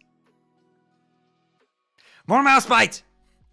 If I ever did have one, it would mean the world was coming to an end. Oh, thank God you just said something normal. I was starting to worry there. Whew, back in sane land. It's true. I don't completely understand it, but that's what it told me. We need to get you out of that fucking tree and into a proper goddamn lawn ring. You've been stunted living up there by the whispers of fucking bark gnomes or something. I think one of my neighbors was just cold recently. Maybe you could live there. No way, screw lawn rings. More like yawn rings. I love my tree. But you're welcome to visit sometime, especially nice in the third autumn. Okay. Whoa, if the second autumn was so good, why wasn't there a third one? Okay, well, speaking of that, I should go downstairs and deal with this grumpy customer. It's going to be Fondle Major Seed Flap, but hopefully it'll be quick. You can establish your connection and do your trivial sidekick stuff, I guess, in the meantime. Okay. A little later. After the Night of Blood's heroic arrival to the land of Pulse and Haze, you quickly crafted a new weapon, Home Smell Ya Later, plus some other cool stuff. Deal with Terezi. You can see me, right? Tell me what is wrong with this picture. No, I can't see you, dumbass. Oh, yeah. Anyway, press your nose against the slobbery screen and tell me what is wrong with this picture. Smells pretty terrible. That's because you just took a hard drag of my load...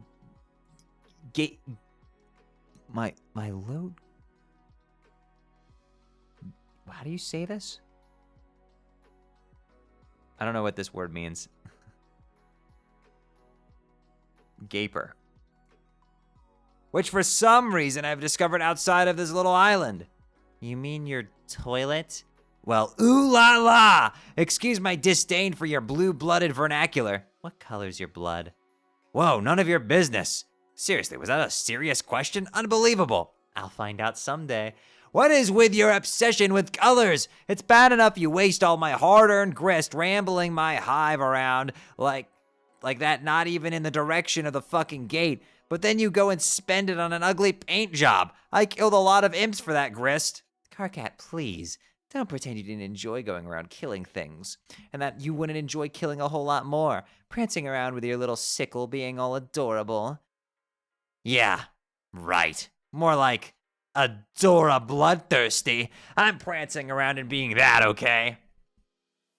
Anyway, this is awful. This is no way for a leader to be treated. Sorry, this is what you wanted. The leader was the first one in. This is what the leader is supposed to do.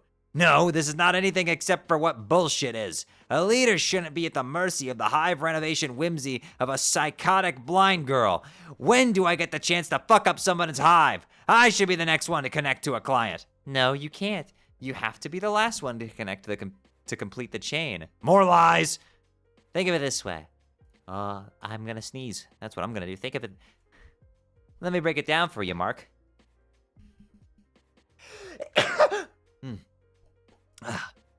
I'm your server player, so priority has to be on me getting in the game before I get killed by meteors, in which case you'd be screwed in there. Then the next guy comes in, then the next, and you bring the last one in. Whoa, wait, what? Meteors? What the fuck are you talking about? What does this have to do with meteors? Oh boy, you need to get with the program, Carcat. Have you talked to 44? 44 what? 4 Apocalypse... Oh... Apocalypse Risen. Apocalypse Arisen, sorry. Oh, AA, okay. No, of course not. Or TA, or AG, oh my god. Oh, the typing quirk is killing me here. Or TG, 4G, I guess. Or CA,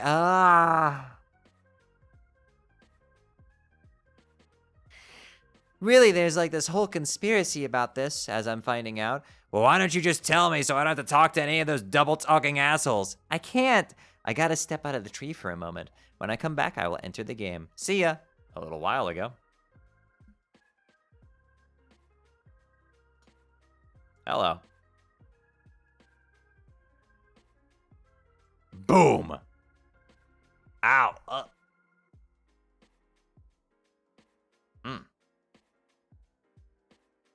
It's okay, you're still here.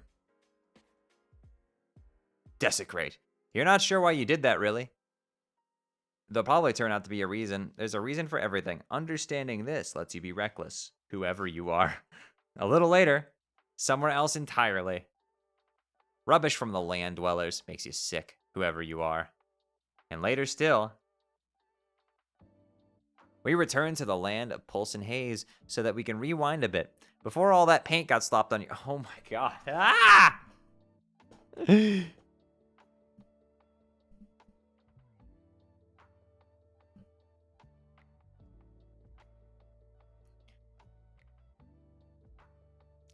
Before that mysterious hole was made. Man, how'd that hole get made?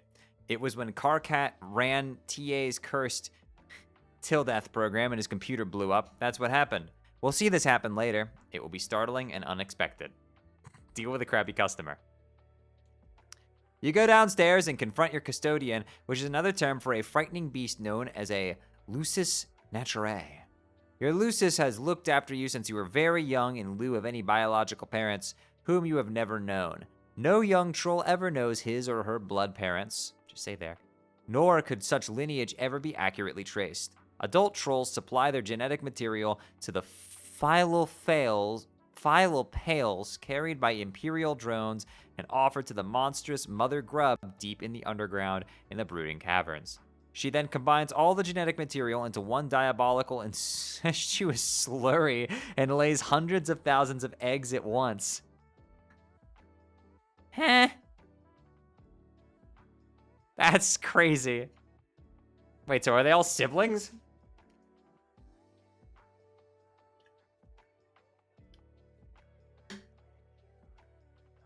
They reproduce like bees.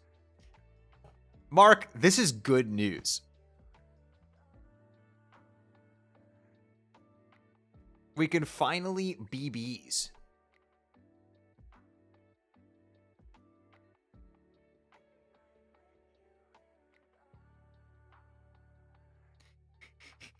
Terezi, this is good news. We can finally be bees. What? You'll live for 30 years. You'll live for 13 sweeps.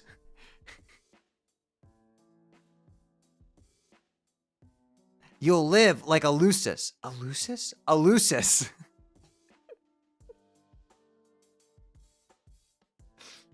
The eggs hatch into young larval trolls which wriggle about to locate a cozy stalactite from which to spin their cocoons. After they pupate, the young troll with his or her newfound limbs undergoes a series of dangerous trials. If they survive, they are chosen by a member of the diverse and terrifying subterranean monster population native to Alternia.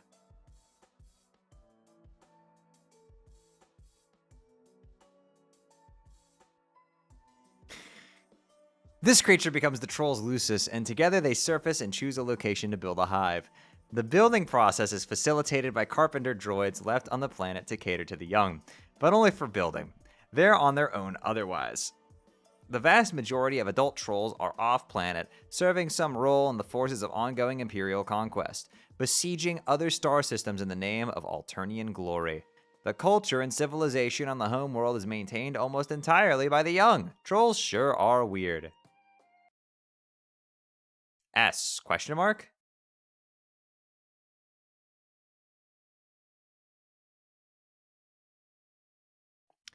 You leap into the domestic fray in an attempt to mollify your nannying aggressor.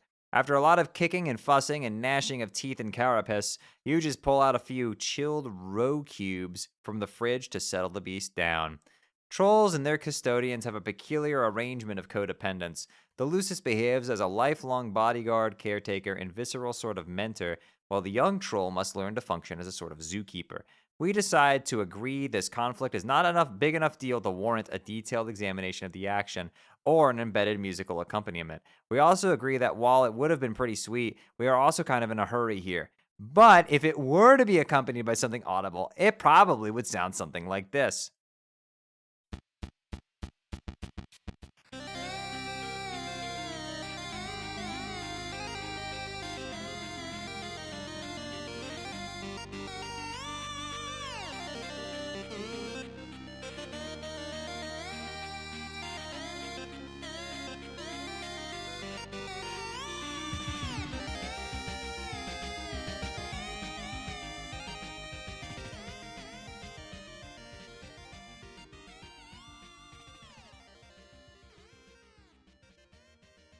Ah, Toby.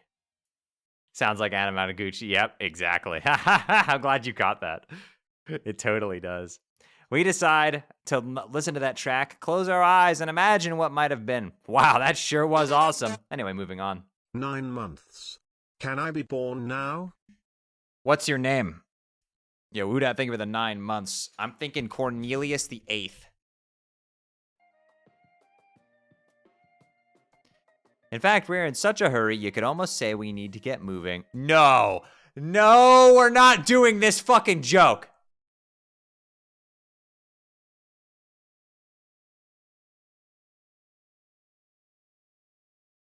In fact, we are in such a hurry, you could almost say we need to get moving on the double.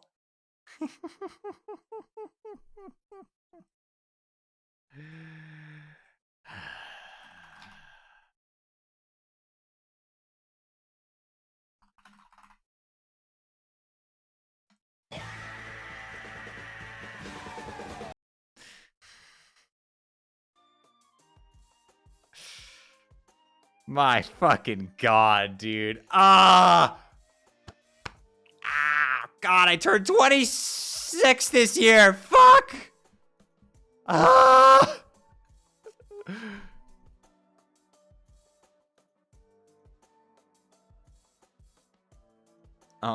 I turned 27 next year. Help me, God. There's this pretty cool dude, okay? Some people seem to think he's cool. Sometimes he gets Mark, this is good news. We can finally be bees. Is this TA, I assume? He guesses they're right. I mean, maybe, if they say so. Actually, you know what? They're right. This guy's dynamite lit in a box of hot shit. Screw the haters. Anyway, he's standing around being all chill. Like, oh my God. Sushi, stay down. Like cool dudes are known to do sometimes when they're not moping around or nursing migraines or whatever. A cool dude like this is probably a really cool name. Or at least a name that doesn't fucking completely suck. Completely fucking suck. Like, at least not the kind of name that belongs to someone you want to perpetually wail on. Maybe just a name that makes you cringe a little, but you guess you can deal with it if you got to. It's just a guy's name. It's not like it really matters. Who cares? But he probably wouldn't tell you just what it is if you asked. He'd be way too moody for that. In fact, this guy probably thinks you've got some attitude and probably doesn't want a damn thing to do with you. You could always try to guess his name. But instead of that, here's a better idea. Why don't you just fuck off and go to hell? Here, name this...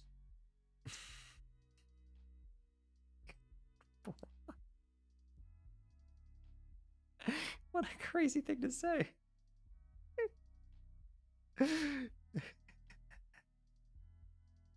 Am I allowed to say this word?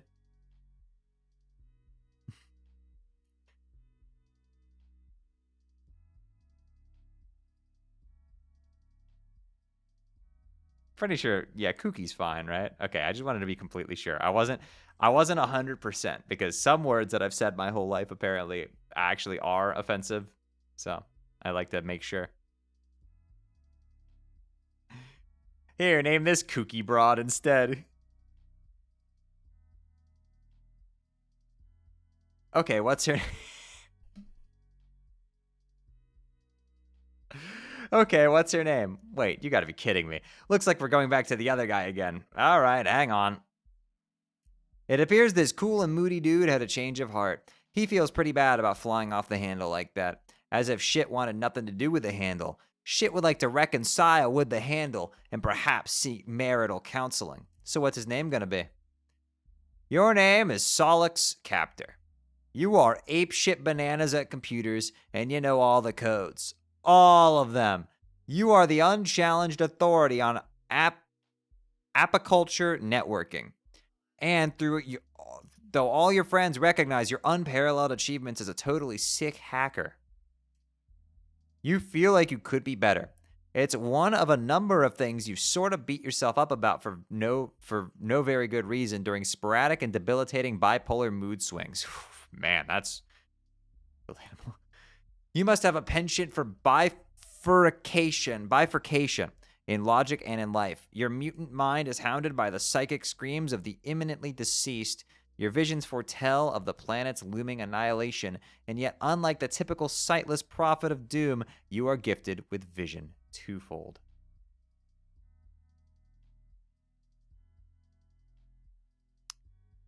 For now, you have developed a new game, adapted via code parsed from the runes and glyphs in an ancient underground temple. You believe this game to be the salvation of your race, though you are not sure how yet. To ensure success, you will distribute the game to 2 teams of friends, a red team and a blue team. You will lead the latter group. Your troll tag is Twin Armageddons, and you tend to speak with a bit of a lisp. What will you do? Equip throwing stars to Stife Specibus. Why would you do that? A high-level psionic has no use for any particular Specibus allocation. Ow, my eyes. Fling stars Specibus word. You make short work of the Specibus and, oh god, one of your B-house mainframes. The silicone was sliced clean through by your foolish maneuver. What were you thinking? What were you thinking, Light?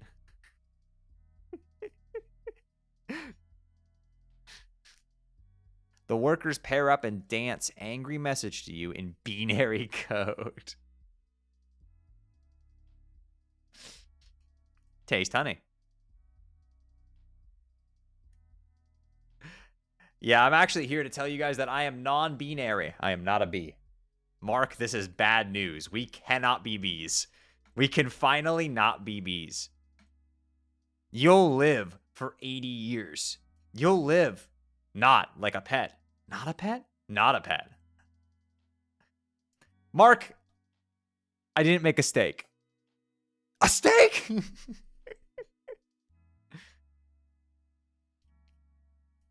No, you do not under any circumstance eat the mind honey. The consequences are highly unpleasant. You cultivate this honey for your Lucis. It helps him not be a complete idiot all the time, merely most of the time instead. Calm those bees down.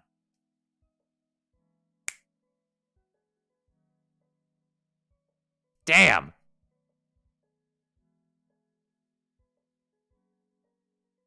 All it takes is just a snap of the fingers, just a little, just like that. Nap time. Get to work at computer. You are always up to your nook in the newest and hottest games. It is hard to walk around the place without squishing them. Whenever that happens, you are screwed, and you guess you grow a new one from scratch, or just pirate it, you guess. But tonight is no night for games. Well, okay, it is, but just one game in particular, and this game is no joking matter. It is Delirious Bug Nasty. Shay, you have the sharpest snap I've ever heard. Hold on.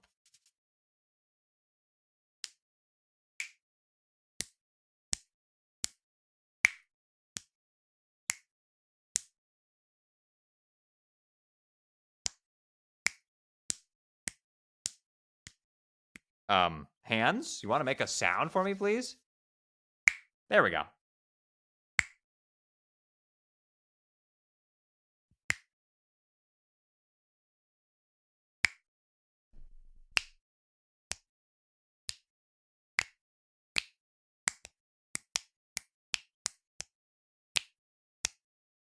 Yeah, so fun fact, chat, for most of my life, I did not know how to snap my fingers. I was doing it like kind of backwards. Like I was doing it like this. with my index finger and my middle finger and my thumb. I was trying to do it like this.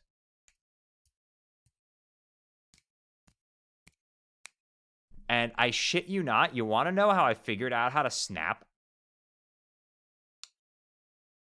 It's so stupid. It's kind of embarrassing, actually. It's a little embarrassing. But I figured out how to snap my fingers because of Avengers. Because I wanted to do the fucking Thanos snap.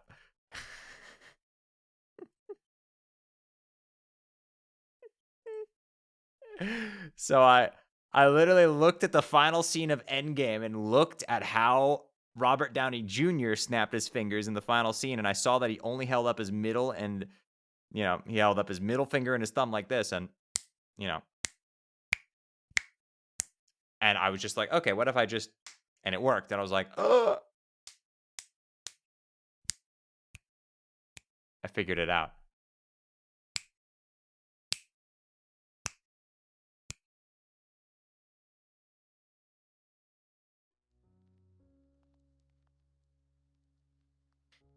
Anyway. You were always up to your nook. Okay, yeah. Recruit the team leader.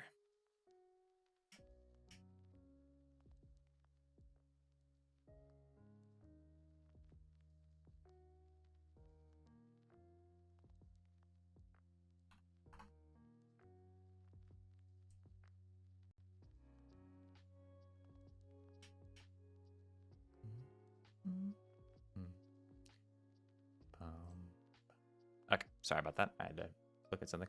My sister taught me to snap the wrong way and refused to ever do it the right way. Yeah, I had to figure that shit out myself. So again, I was literally an adult when I figured out how to snap.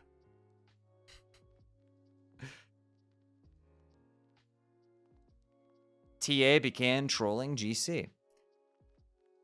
TV, you want to be the leader of one of the teams? You mean for your game to save the world? Yeah. Okay, I picked the red team.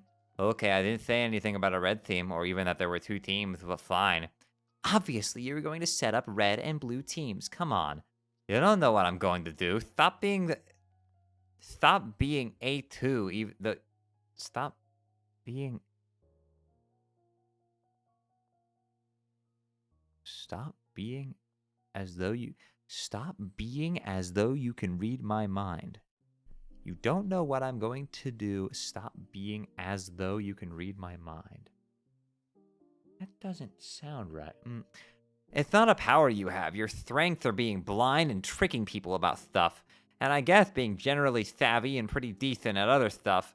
But that's why I'm picking you and not some other fucking schlub from the...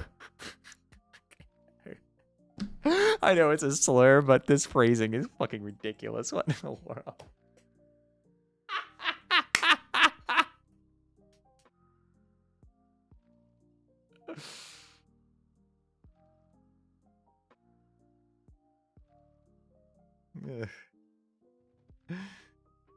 You gotta hand it to us. You know, whoa. Unfortunately, fire writing. Slur alliteration is crazy. Solix, please. You are Mr. Appleberry Blast, and everyone knows those are your favorite colors, even though you type in yucky mustard, which is weird. Maybe there is more to me than you think. Maybe I'm not the two-trick hoof beast you want to make me out as. Maybe I just want to give the red and blue thing a retro change and make it like, oh, look, it's the predictable fuck with those stupid colors. It's amazing how everyone fucking hates him. Maybe red and blue aren't that great, and I hate them suddenly. Have you thought of that? Maybe I'm more of an aubergine guy, plus whatever the putrid color is you type with. What is that, turquoise? Maybe it's making me turquoisey. Maybe a new name for the color is Summer Shithead Mist. Have you considered that? But I'm sticking with red and blue, so maybe you should suck on it. Maybe is a strong word. Maybe, that's the big maybe we should all ponder tonight. Is that the Kirby song?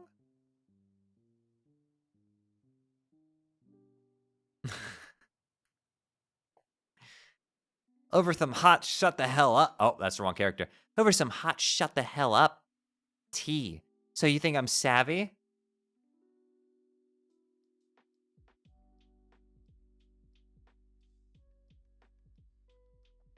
Yeah, I think so. Pick out whatever you want for the red team, and I'll lead the blue team. I'll send you the download soon. Talk to you later. Wait, maybe you should tell me more about the game first? How exactly are we saving the world? I don't know yet. I just know I've seen it in my visions. That the world will end and our whole race dies, and this is how we save it. And AA can back me up on this. Don't be all doubting me about it. I am not doubting you. I think you're right, mostly. Mostly? What does that mean? Well, when you talk about how you're going to die too. I am going to die. I mean, we all are, but especially me. I am going to get my ass served to me twofold. Double the service. Like a dude like two dudes on double Butler Island. Getting worked over by a Siamese twin masseuse. But before I die, I'm going to go. How do you come up with Siamese twin masseuse? What kind of a fucking bull was that?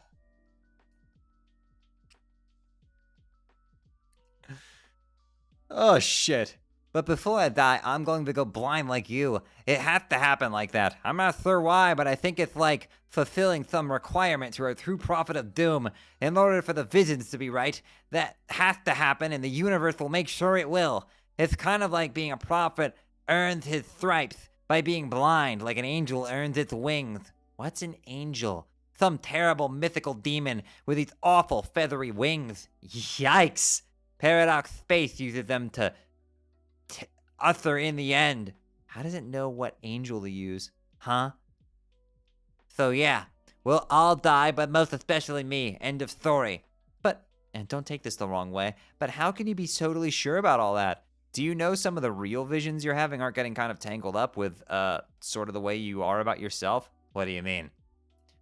How you get mopey and how you're always the victim of something really... How you're always the victim of something and how sometimes you think you suck when you really don't. Maybe that's just clouding your vision.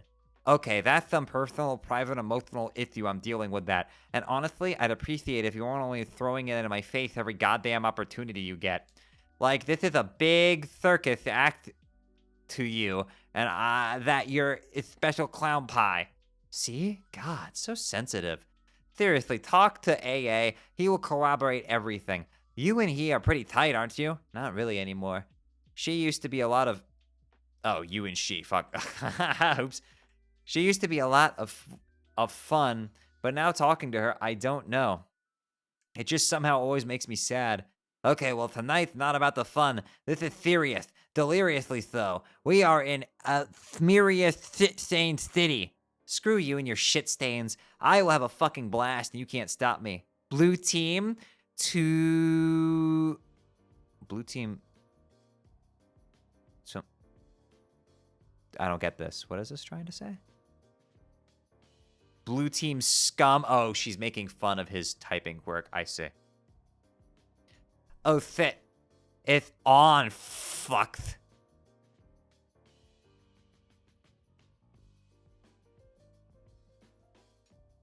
Oh, this is Sucka. Using their typing quirk. Okay. They traded typing quirks for a moment.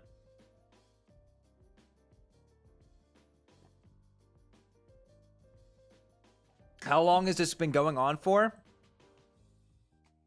A little over a month.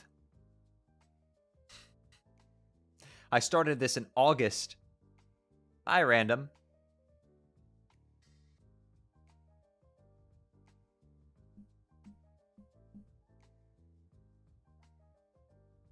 It's good to see you.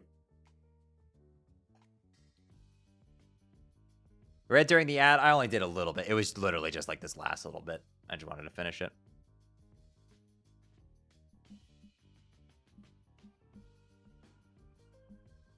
Homestuck gets exponentially longer in Act 2. I noticed that.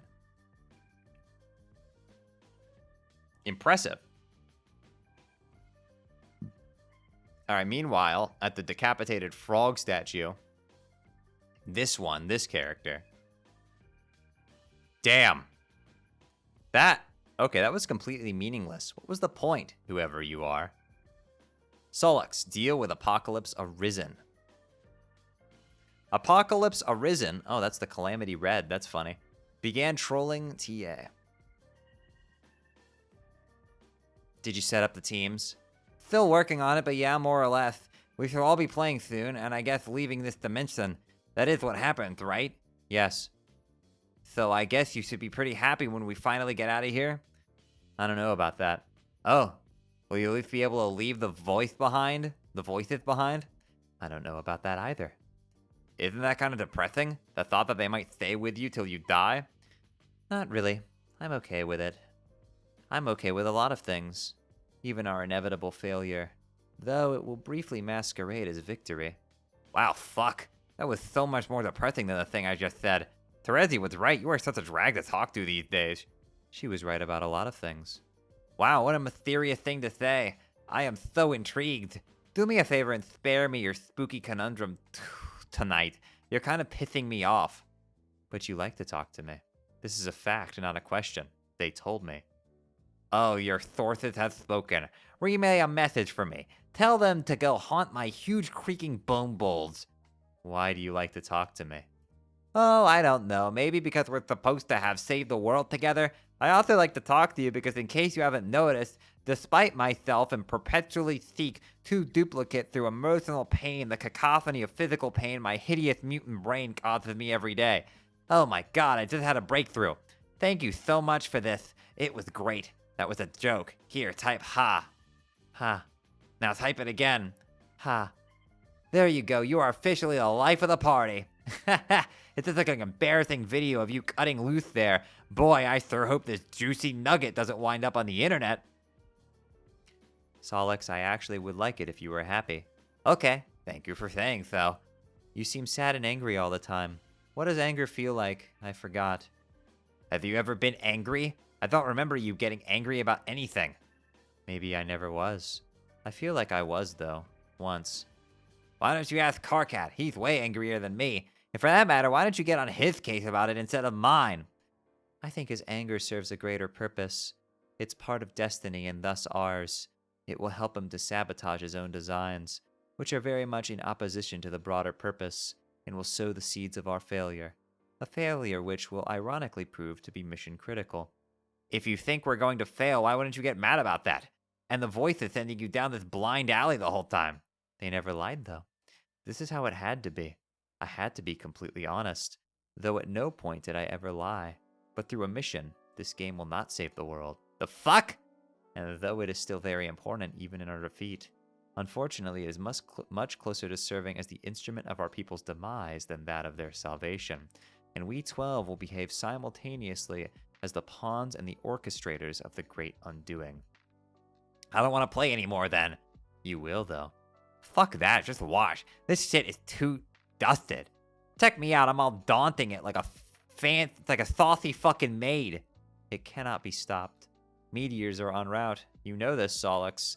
Who cares? I'm yanking the grub tube on this overpunctured bitch. I'm telling Red Team Leader to forget the whole thing. I'm quitting as Blue Team Leader. If you want to sample through this macabre fantasy of yours, solo, be my guest. You are never going to be the team leader, though, which is to say, the first to enter. Are you messing with me? You do realize I'm psychic, too. I could pull so much trippy shit out of my spinal crevice. Spinal crevice. It would make your head spin like a Dervis in a fucking blender.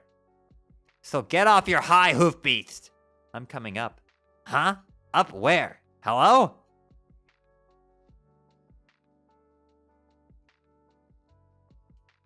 Oh my god, there's so fucking many things.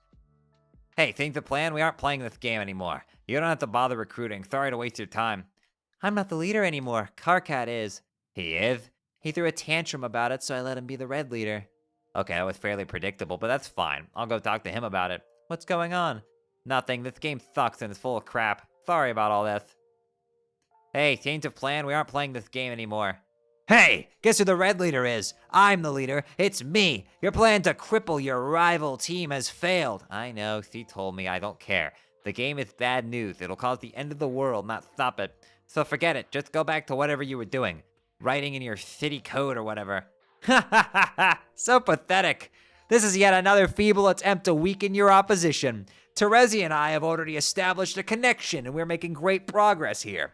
We are a great team, and I am the fantastic leader. We will beat this game in no time, while your team is clearly still asleep with the thorax. Oh God. No, you idiot. I don't care about the game anymore. I just quit. I'm not playing. You should too. Amazing. You're either really persistent with this transparent ruse, or you really are just that sad and incompetent. Neither case deserves my respect or friendship. In fact, you know what? Friendship canceled. There, it's official. Bye-bye friendship. Oh, like you haven't said that a billion times.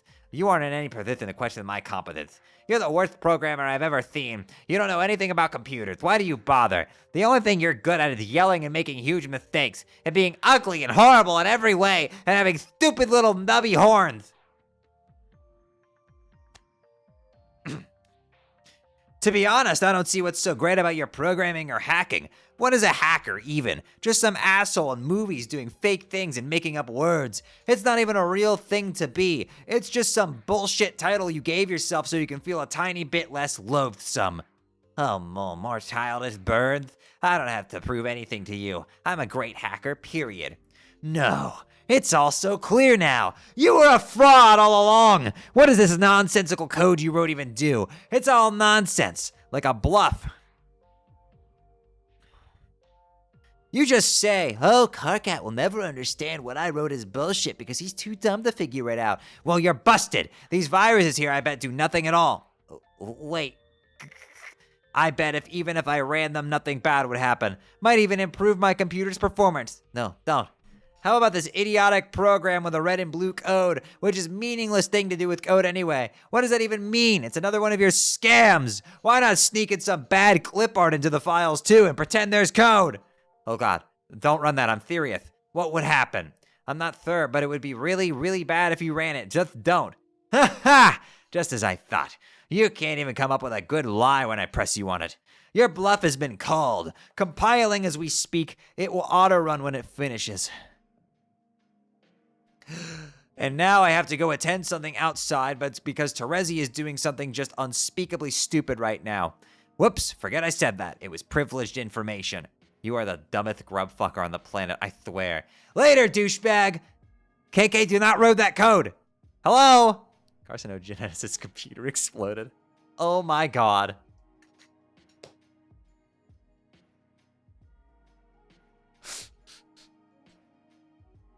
You are highly startled by the totally unexpected explosion. Hello, Colonel Sprite. Ow, my eyes. Let's get that off the screen. Karkat and his friends and everyone they would ever meet thereafter would experience great misfortune on account of the curse unwittingly implemented through Solix's esoteric Mobius double reach-around virus. Mobius double reach-around virus!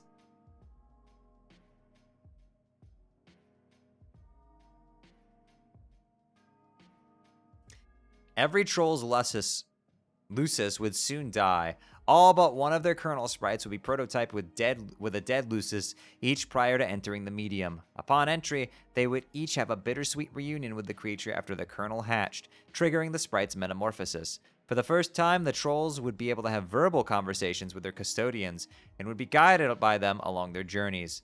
Unfortunately, the underlings and warring royalty would gain the benefits of the monstrous prototypings as well.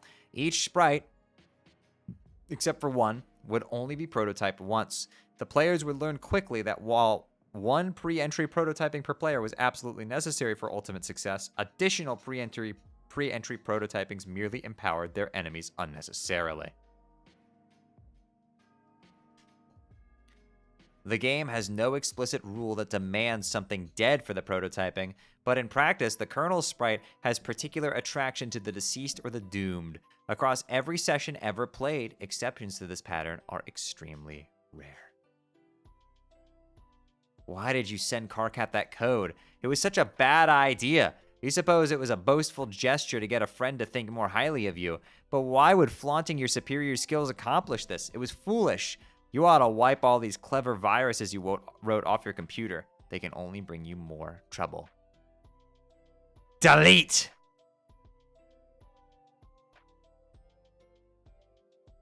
While deleting your virus folder, you pause on one oddball file you have laying around. You did not write this virus. You copied it from an obscure server, far beyond your planet's global network. This application is running on that server perpetually. It is an extremely simple till death program. Its main loop is tied to the lifespan of the universe. When the universe dies, a mysterious subprogram will be executed. You have no way of knowing what that subprogram does. It runs on a protected part of the server. It is completely unhackable.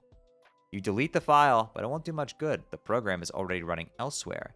Luckily, whatever harm it will do will not be done for many billions of years. And even then, what harm could a virus do after the expiration of the universe? This file always struck you as quite odd.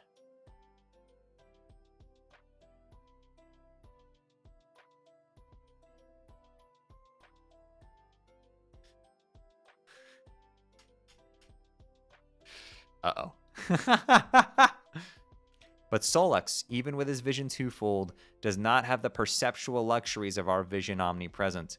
When executed, the subprogram will summon an indestructible demon into a recently voided universe. This monstrous being with the power to travel through time is inconvenienced very little by his arrival upon the great undoing. He has the entire cadaver of the expired universe to pick apart at his whim. From its birth to the swelling maturity and tapering decay, in reality he is known to have marked for predation. He will go around assembling followers through various epochs, even going as far as personally establishing the parameters for his future summoning. Solix couldn't know that the virus is essentially a formality. The demon is already here.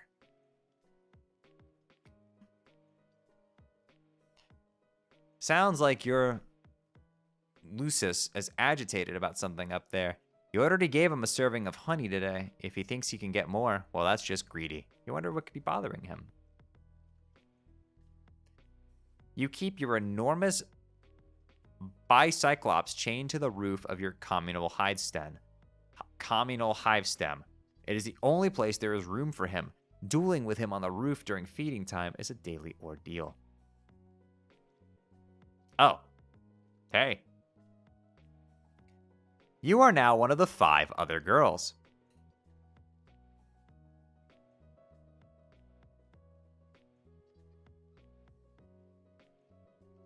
Stop being the other girl. You are no longer the other girl, or any of the 5 for that matter. What's the name of this dude sitting in his 4-wheel device? Your name is Tavros Nitram. You are known to be heavily arrested by fairy tales and fantasy stories. You have an acute ability to commune with many creatures of Alternia, a skill you have utilized to capture and train a great many. They are all your friends as well as your warriors, which you pit in battle through a variety of related card and role-playing games. You used to engage in various forms of more extreme role-playing with some of your other friends before you had an accident. You like to engage in the noble practice of Alternian slam poetry, possibly the oldest, most revered, and certainly freshest art form in your planet's rich history. You have a profound fascination with the concept of flight and all lore surrounding the topic. You believe in fairies even though they aren't real. Your troll tag is AT, and you speak in a sort of faltering manner. So like Jeff Goldblum. What will you do? Tavros, cut to the chase and play card games immediately. You kickstart a rousing match of Fidu Spawn with the only friend you've got to play with in person, your loyal Lucis Tinkerbell. You take a look at the favorable hand you dealt yourself and crack a mischievous smile. With a host plush at the ready, you quickly lob an Ugana bomb and catch your adversary off guard.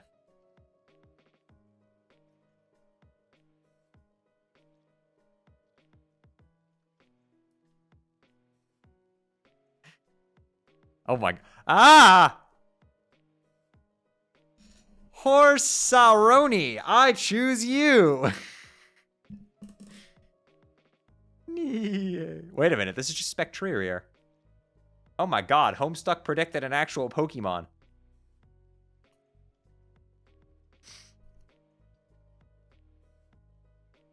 It's a purple horse. It's also a xenomorph.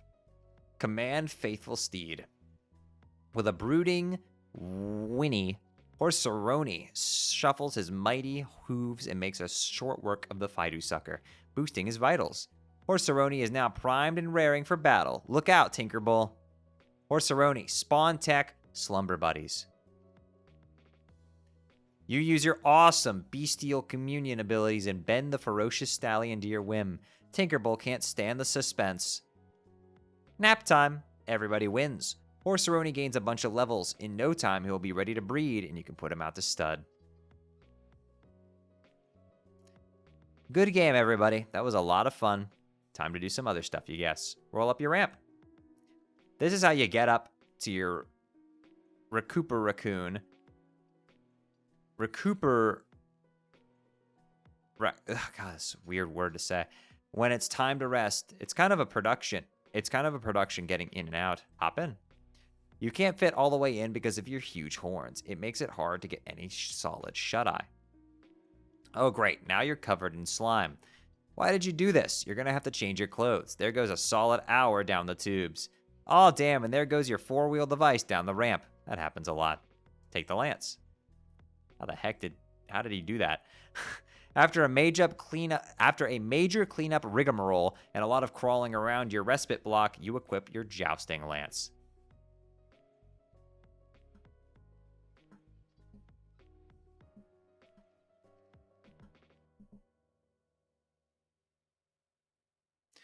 You like to practice your jousting outside. One day, you hope to prove yourself worthy of recruitment into the halls of the dreaded Imperial Caval Reapers, assuming you are not slated for the culling first on account of your disability, or any other arbitrary reason. Damn. I can't believe society is ableist. Unbelievable. That's so unrealistic. Admire posters.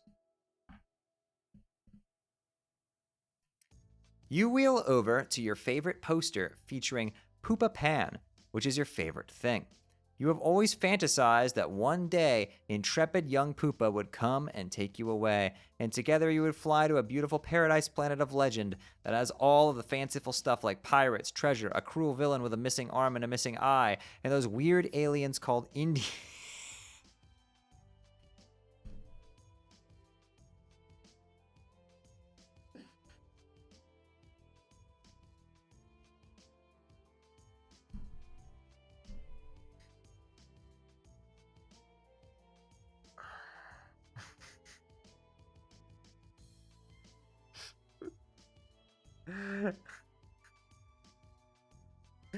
It's okay, chat. He don't got internet, all right? He don't got internet. Ugh. You have left your window open since you were very young, just in case Poopa stopped by one night and decided to splash a pinch of special stardust in your face. You have had this interest far prior to your accident. Being paralyzed isn't what made you able to want to be able to fly.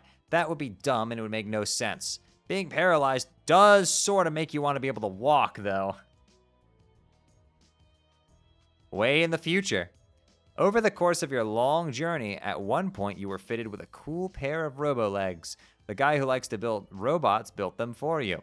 But then, he does like to break them more than he likes to build them. It's usually why he builds them in the first place. Occasionally, though, he will allow philanthropy to override misanthropy.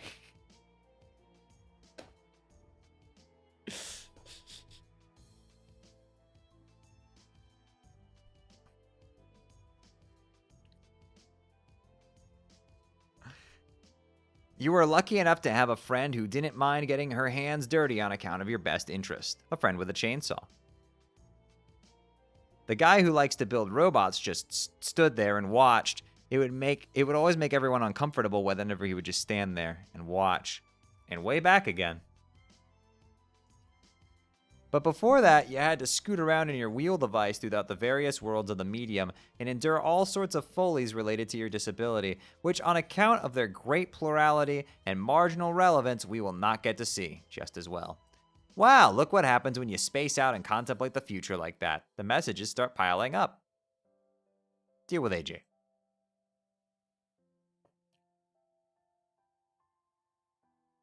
Arachnid's grip began trolling AT.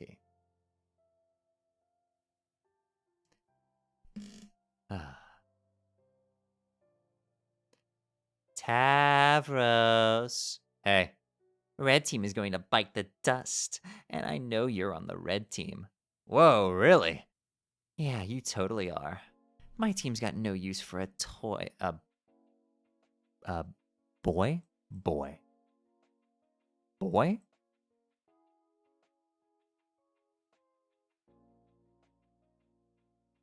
This is 8 is B, right? Okay, cool. My team's got no use for a boy that can't make no use of his legs. You were...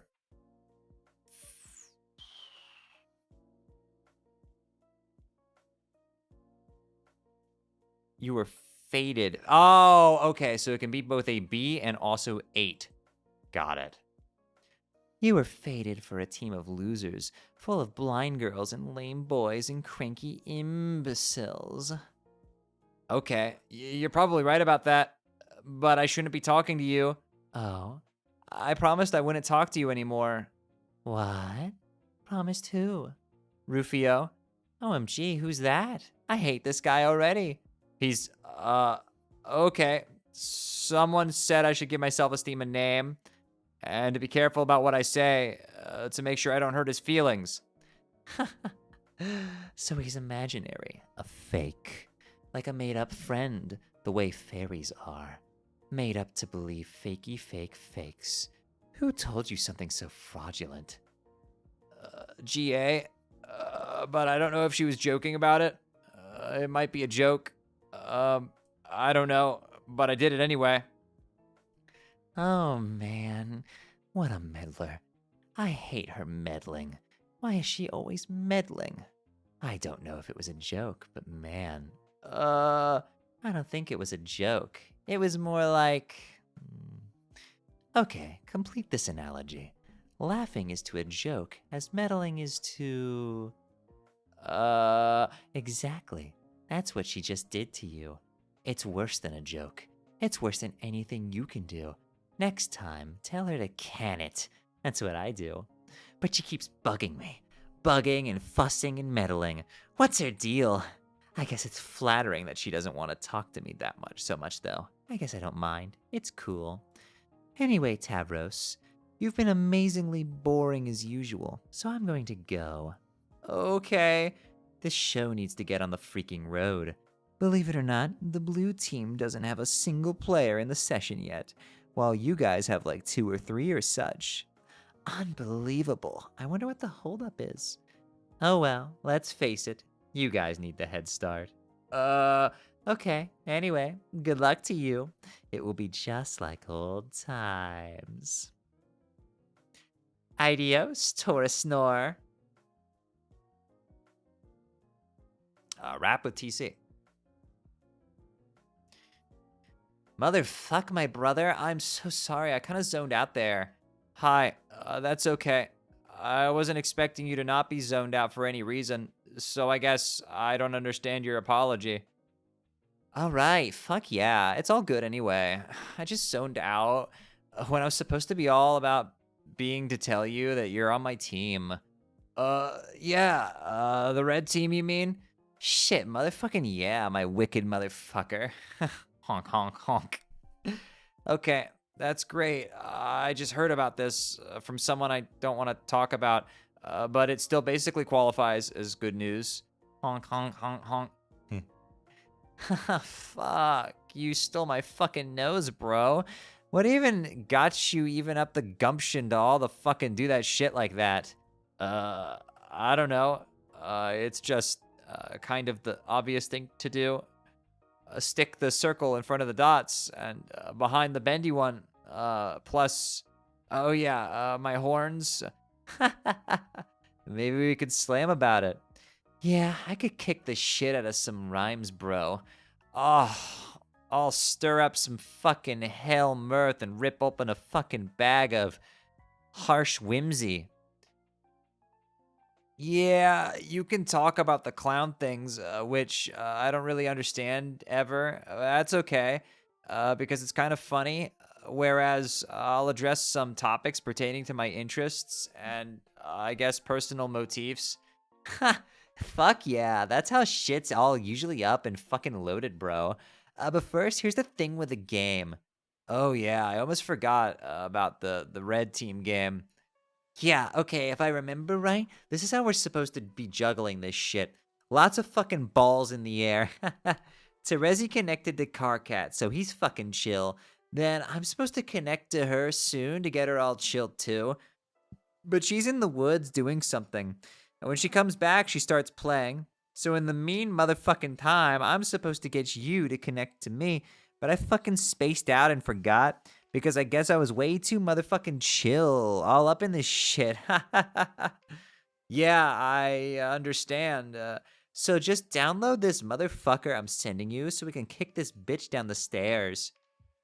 Okay, I'll do that. And in the meantime, shall I cue up the strict beats? Ah, brother. Now you all fuck up and done it. You are fucking wheel deep in a big sloppy massacre pie, topped with motherfucking whipped rhyme. How strict are these beats at, motherfucker? Well, I turned up those bitches to pretty stern, set beats to lecture, and I'm kinda going hog wild on the curmudgeon knob, which I had recently installed.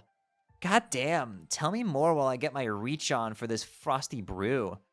Okay, imagine an array of beats that set limits. They got a rule book, it doesn't pay to skim it. Because there's not a lot of latitude, they won't stand for an attitude. And crossing them's a habit you'd not really want to get into because they'd get pretty mad at you. Fuck, so fucking fresh. You need to be slarped? Fucking silly with a mouth like that. And if you got a problem with it, then I suggest you go rap it, dude. Okay, I will. Just let me sneak up on this bottle of Faygo and snap its neck like I'm fucking laugh-sassin'. Okay, are these beats still chill? Yeah. Are they motherfucking strict? Yeah. I crack. Hiss. Motherfucking kick it. You both then to proceed to have one of the worst rap-offs in the history of Paradox Space. You make your way through the burning woods to meet the ads!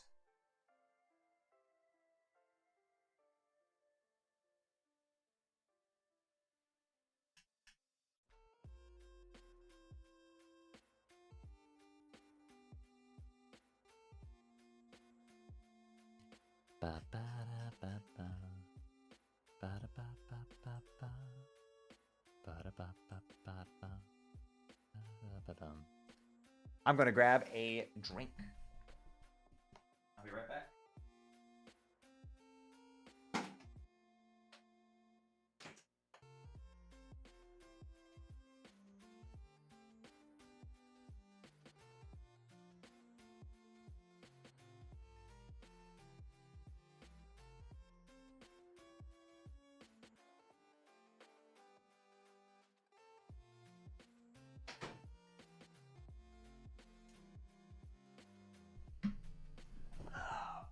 Plant my butt firmly in my chair.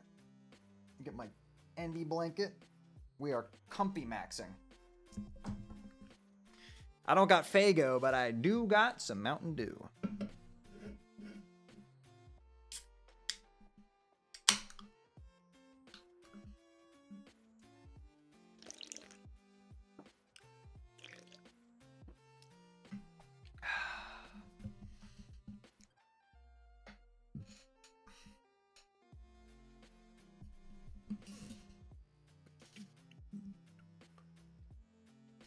All right, we're reaching the last legs of this session, I think, so let's go.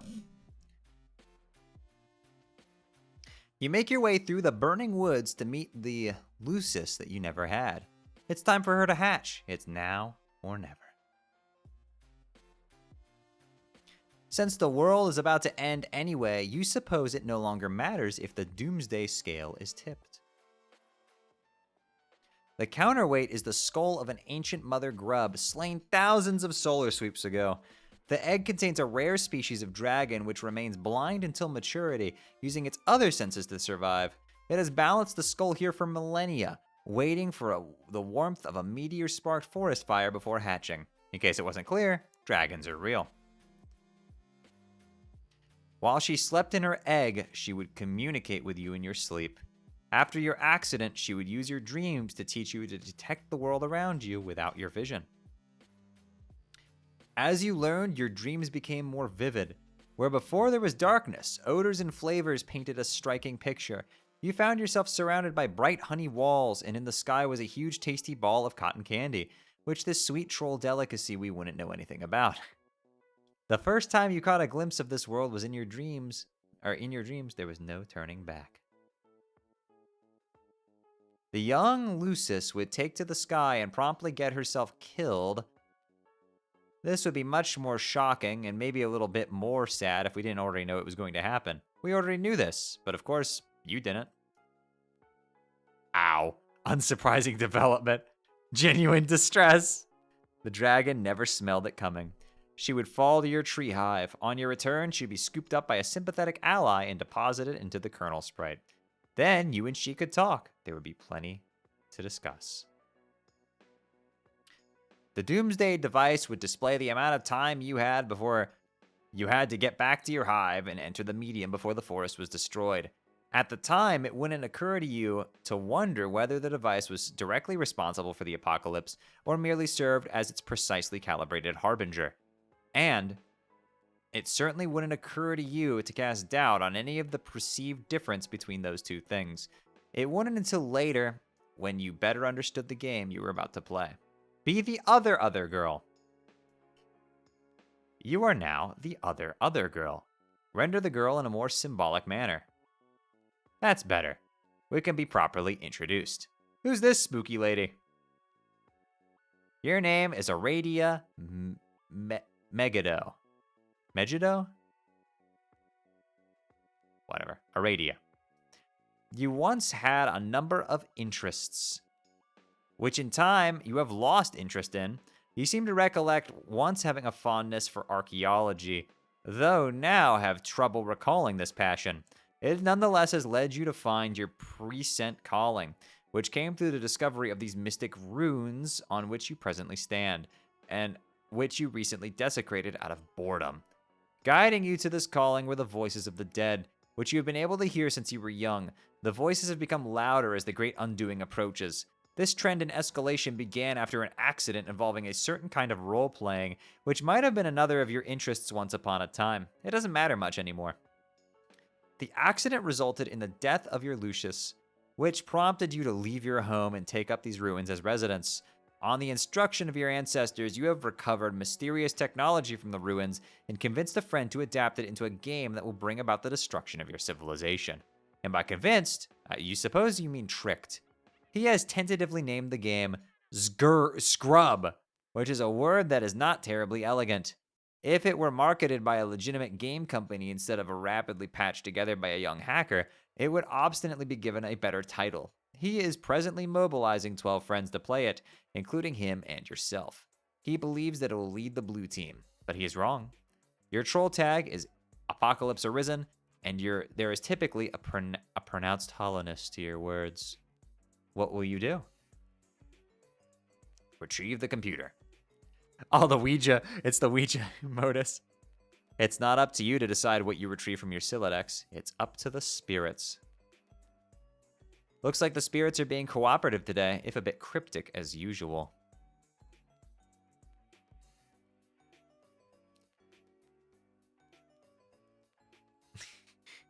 Who's this douchebag? You found this baffling artifact some time ago on one of your digs. The creature on its facade is completely mystifying. You have taken to using it as your primary computing device on account of its bizarre novelty, as well as convenient portability. Oh, look who's bothering you again.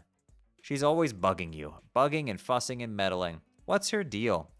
You guess it's flattering that she wants to talk to you so much, though. You're okay with it. You're okay with a lot of things.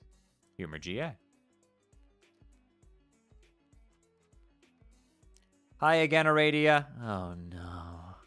So I guess tonight is the night you blow everything up? Is there nothing I can do to change your mind? No. Or yes. Yes, there's nothing. And no, you can't. But you shouldn't pretend as if you believe this has anything to do with the state of my mind, or the decisions it will make or has already made. Yeah, I guess not. I thought I'd be friendly, though, and remind you that you do, in fact, have a hand in all the terrible things that are about to happen, because that's what friends are for. And the fact that what ensues will be terrible, it is an immutable fact I am stating for the record, and the fact that we will not be on the same team is similarly immutable. It does not mean that teamwork isn't what isn't taking place here. Sorry, I didn't follow that. I'll be here to help if you need me. Okay, thanks. Tick, tock, tick, tock, tick, tock. Waiting for the apocalypse is so boring. You guess you'll check on Solux to see how he's coming along with those teams. You then had a conversation we already read, which began like this. And then you went up.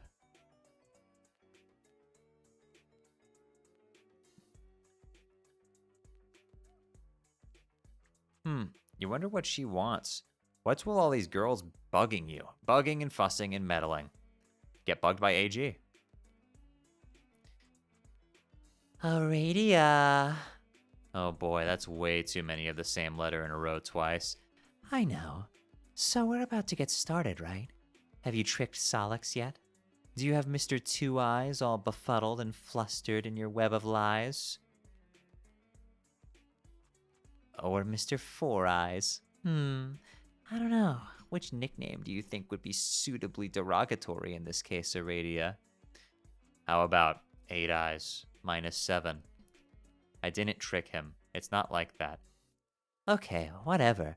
The point is, once you have pulled the finely woven silken mesh over his dumb, different colored eyes, you and I will start playing the game and be the blue team leaders. That's how this will work, right? Wait, do you mind if we're co-leaders? I forgot to ask. I just assumed it was okay with you. I don't care. Great, that's the spirit. And when I bring you into the game, whatever the hell that means, then we can send each other stuff, right? This is how this works, right? Yes. Awesome. Because I have a present for you. It's a surprise. And it's going to be great. From me to you. Just from me. From me alone and nobody else. I can't wait to see the look on your face when you see. Okay, well, I'm sure it'll be very thoughtful. Hey, speaking of which, what will the name of our team be? The blue team. No. I know that. I mean the name of our team. You and me. Just us. I haven't given it any thought. Nor did I think such a thing was up for consideration. But if you want to pretend we both have a separate team together and name that team, then knock yourself out. I just thought it would be really fitting. Kind of like a fresh start, you know. I don't know, what are our shared interests? I guess I never really thought about this. I guess I'm used to thinking of you as the enemy. There must be some overlap in profiles. Come on, let's brainstorm. Man, it'll be great. We'll be unstoppable. Surely you admit it will be nice to rebound from the team charge debacle. I never think about that anymore. Oh man, I'm so dumb. Here I am running my mouth and opening up old wounds, while at the same time trying to make amends. What an idiot. It's okay. Hey, speaking of which, that loser isn't going to be on the blue team, is he? Which loser? Your old team buddy. No. Oh, thank fucking goodness. Talk about dead weight. You made the right choice, leader. I mean, co-leader. I didn't exclude him for that reason, or at all. You're just not getting it. You never listen. Man, now I've got this huge beef grub lodged in my nook just thinking about him. I'm going to have to give him a hard time. Let me know when you're live. Later. Don't do that. It's really childish. Oh, wow. Be the mysterious spider girl. You try to be the mysterious spider girl and fail. She's way too mysterious for you to be her yet. Seriously, what's up with those glasses? What's up with the robo-arm? What's her deal? She guesses it's flattering that you don't want to be her, that you want to be her though. She guesses she doesn't mind. It's cool. We'll learn about her a little later. Get back to Aradia. Aradia, I would like to apologize. I flew off the handle there. It was like the handle with a bald guy going really fast, and it was his twoop. What? Twoopy? I don't understand this. I'm so sorry. It was my fault. It's okay. I hope we're actual friends. Yes, we are. So anyway, I think even though I quit as leader, I'm still going to play the game now because it's either that or get totally creamed by all these fucking space boulders. Hey, maybe we can make the best of the game anyway, even though I guess we're going to lose. No, I'm sorry. You can't, Solix. Not yet. Oh my god. You're going to give me sit again after I crawled on my belly like that, groveling at you like some low-class guy with whatever color blood is lower class on the hierarchy than mine? What's worse than yellow? Fuck this confusing caste system. Anyway, screw you. I'm playing this game right now. No, you're not. Trust me. Wait, what's this? Are you hearing that spooky message from the grave? It's from my ability to give a shit, which just died. This is where you laugh again. Come to the window. Why? Because I'm outside. B2? Bye? BF. Okay. Take a look. I don't see anything out there. Come closer. You'll see me. I promise. God, I am just bold deep in the... I am just bulge deep in the fecal matter of a wildly incontinent hoofbeast, but okay, I'll indulge you. Here I go. Okay, looking out this lousy, stupid goddamn window. Lousy, stupid goddamn psychics. Nap time. Much later.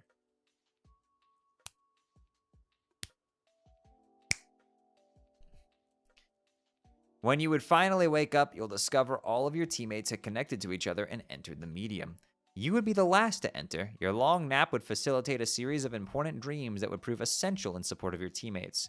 But here and now, the destruction of your hive would be imminent unless you could quickly establish a connection to the first player of the group and complete the chain. Wake up. The mind honey. Some of it got in your mouth. You do not under any circumstance eat the mind honey. Oh, shit. Oh, whoa. Since that moody kid is busy flipping his bifurcated lid, we might as well take a moment to get to know this silly cat girl. Gosh, who is she? Your name is Nepeta Lyjan. You live in a cave that is also a hive, but still mostly just a cave. You like to engage in a friendly role-playing, but not the dangerous kind. Never the dangerous kind. It's too dangerous. Too many of your good friends have gotten hurt this way. Your daily routine is dangerous enough as it is. You prowl the wilderness for great beasts and stalk them and take them down with nothing but your sharp claws and teeth. You take them back to your cave and eat them from time to time. Wear their pelts for fun. You like to paint wall comics using blood and soot and ash, depicting exciting tales from the hunt, and other goofy stories about you and your numerous pals. Your best pal of all is a little bossy, and people wonder why you even bother with him. But someone has to keep him pacified. If not you, then who? Everyone has an important job to do.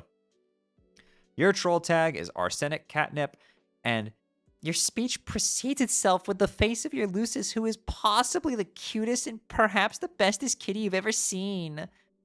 What will you do?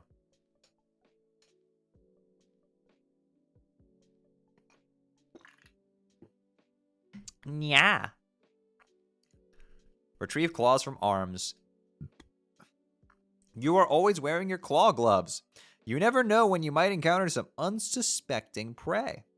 Or when some prey might encounter an unsuspecting you. On Alternia, everything is considered unsuspecting prey by everything else. Scratch Lucis behind ears. Aw. Yeah. She sure enjoys a good scratch. Pounce De Leon is the best kitty cat. You and she go on adventures together in search of the fountain of cute.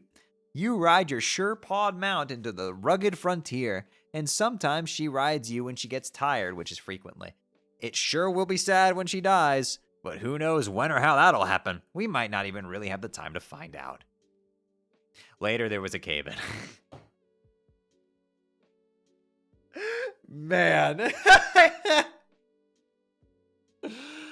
Oh, don't you hate it when that happens? Literally doomed by the narrative. Examine computer. You saunter over to your drawing tablet computer. You use this to draw on a computer. It would be cool if this would somehow adapt it to serve as a fetch modus as well. That would be so much more fun than the frustrating one you're using now. You wonder what this grumpy fellow wants. Probably something to do with that game. That seems to be all anyone's talking about lately.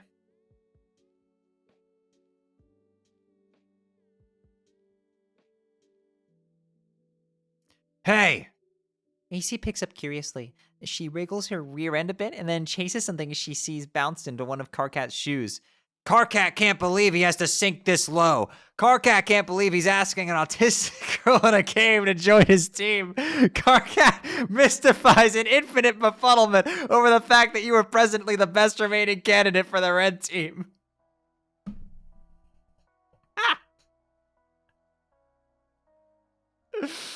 I'm giving Karkat permission, all right? As an autistic person, I'm giving him the pass, all right? We good?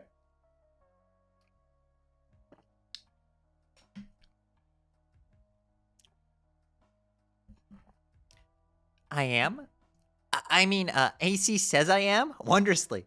Yes, and Karkat can't fucking believe that. Karkat thinks about that a bit, and his jaw drops open and breaks a huge column of bricks like a fucking kung fu master. AC gathers up all the brick pieces and builds a cute little house and invites Karkat inside. Okay, good. It's good that you're talking about building, even if it's the most inane possible context. You're going to be doing a lot of it. Yes, that sounds fun. Okay, what do I do? Okay, briefing. Me, Terezi, Gamzee, and Tavros are all playing now. The connection order is ATTCGCCG. We need someone to connect to Torador and get him in the game. I have GA lined up for the red team because she is one of the few remaining sane ones left to play. Okay, the only sane one. But she doesn't want to connect yet because of some mysterious bullshit, so I was like, okay, whatever. What else is new? So I guess that leaves you. Terezi said she had you lined up to play back when she was just a fake leader, so I said fine. So just connect to Tavros, and later we'll worry about getting you in. All right, I'll talk to him about that. Oh, AC pauses and looks up with a little bit of chagrin. I forgot I have to talk to someone else about this. I have been procrastinating. Oh God, are you really serious? It's not that big of a deal. This boggles my mind. How can you be best friends with the only guy on the planet who's a bigger asshole than me? He's not so bad. He's scum, but do whatever you gotta do, I guess. Tavros is waiting. Consult with a friend on the matter. Okay, that is hard to read. Whoa! AC began trolling Centaur's Testicle, CT. Woo-wee!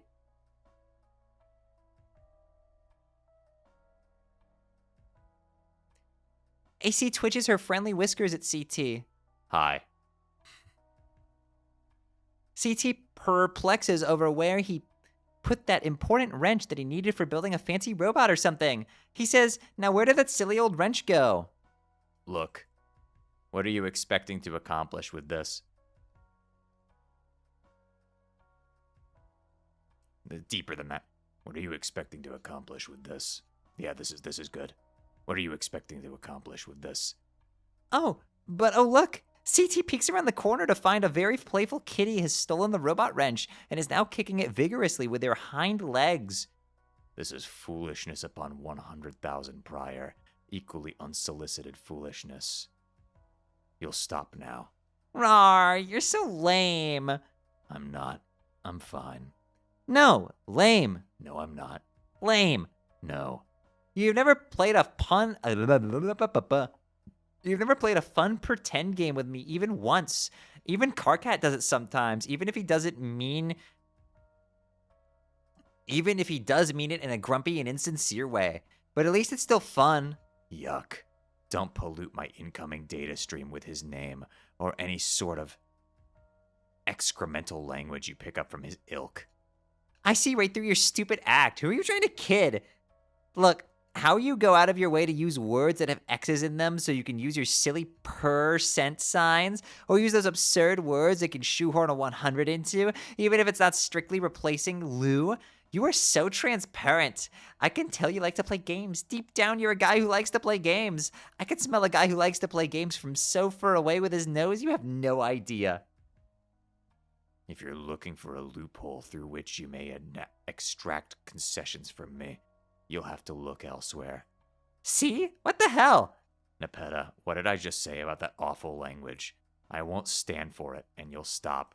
Oops, sorry. Your fraternization with the base classes have loosened your morals. Can't you see this? No, I don't care. They're fun. I don't know anything about classes or bases or blood color. It doesn't matter. What does green blood even mean? It doesn't mean anything to me, and it shouldn't mean anything to anyone else. Well, green blood is okay, but it's not great. But that's why you're lucky to have me look out for you, because you don't know any better, and you can't fight the role the mother had in store for you. Rah, you are such a hypocrite. You pretend to be high and mighty, but I know you're not, and I know you like games. Look at that silly little bow and arrow you always type. It's always there. You never forget. Why would you do that if it wasn't a playful, fun thing? I am so onto you. My bow and arrow are highly dignified symbols. LOL, BS. Archery is among the highest and most exceptional crafts, held in tremendous regard by the most aloof classes for centuries. You suck at archery. No. Yes. No. Yes. No, I don't. Yes, yes, yes, yes. Have you ever successfully fired an arrow? Like actually got one to leave the bow? I think. We need to stop talking about archery. Nuh-uh. Yes. No. We will stop talking about archery. The topic is making me sweat. Ew, you're so gross. No, you're the one who exercises distasteful practices. No, that's you. Everyone knows you're a weirdo and a creep. That's why you're lucky to have me to keep an eye on you. No one else can stand you. You exterminate beautiful, innocent creatures by the hundreds. I can't condone such wretched behavior. Beasts are meant to be looked upon with adoration. But I eat them. I don't kill anything I don't eat. That would be mean. I guess that's basically acceptable in principle, but I still find it a bit unsavory. Well, I think your habits are unsavory. No, they're not. Yeah, huh? You're wrong about me, Nepeta. I do like to play games, but they must be extremely important games with very high stakes, not the kind played by translucent green wigglers who let loose an excremental surge hard in their wiggler bottom diaper stubs. As it happens, I have arranged to play just a game tonight. Aradia and I have a private engagement to be co-leaders of the blue team. Oh, yeah? Well, just by pure chance, it happens that AC has a private and sneaky engagement to play this game as well. And by a persnickety twist of fate, she will be on the red team with the other great friends who like to play their childish diaper poop games. Absolutely not. Absolutely. I forbid this. You will take your position on the blue team with me. Yeah, right. I'll take my position into this funny pounce ball and tackle you.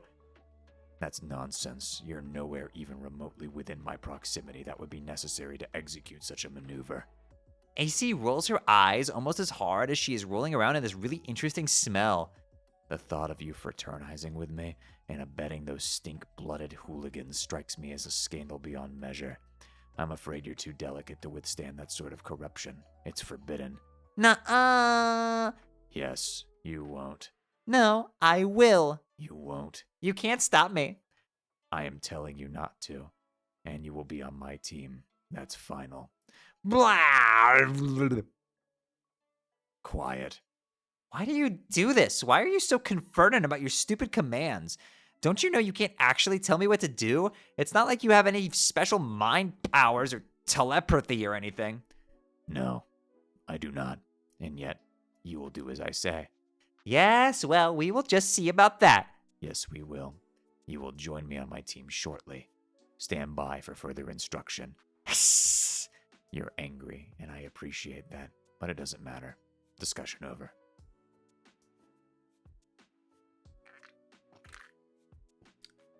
Stand ready for my arrival, worm.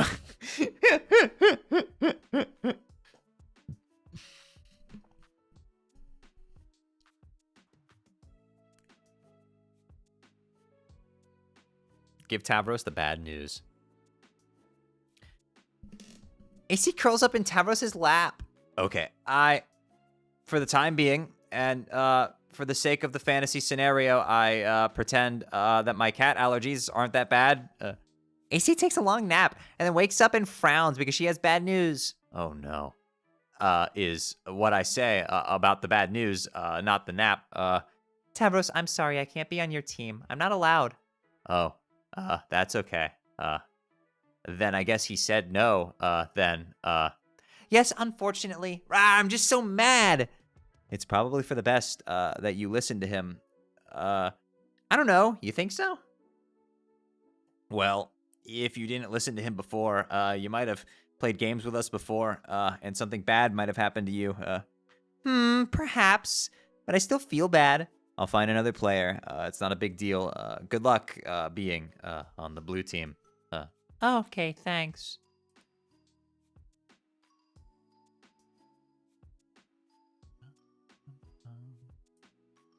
You fondly recall your days of far more intensive role-playing. It seems like so long ago now. Aside from a few unfortunate moments, it was a lot of fun.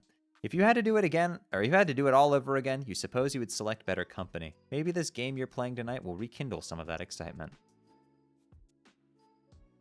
Tinkerbell?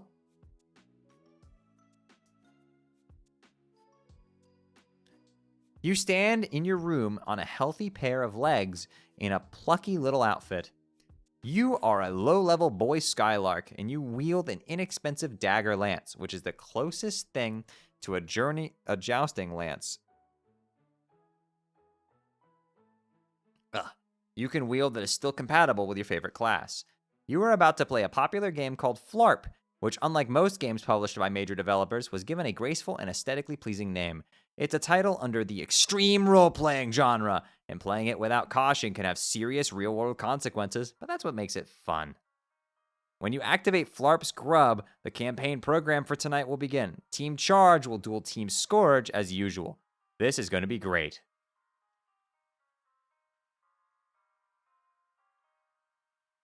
Okay. I think this might be a good point to stop.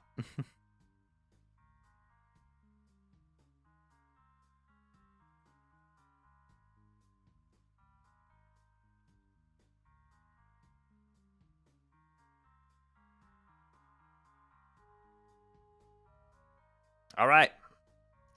Next session of Homestuck, we will be tackling the more troll backstory. We had an entire session today without seeing the main cast a single fucking time. Isn't that crazy? Gamers, if you haven't already, you can go follow me on Blue Sky. You can join my Discord. All right. Let's go give somebody a raid. Who is Strumbumbling right now?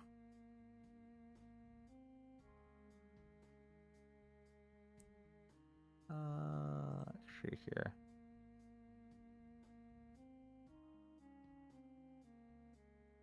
Right, of course. Yo, Ash is streaming some Deltarune. Go say hi to her. I will see you friendly folks tomorrow. We're going to finish up Silksong tomorrow, I think, so. All right. See you, everybody. Appreciate y'all hanging out. Later.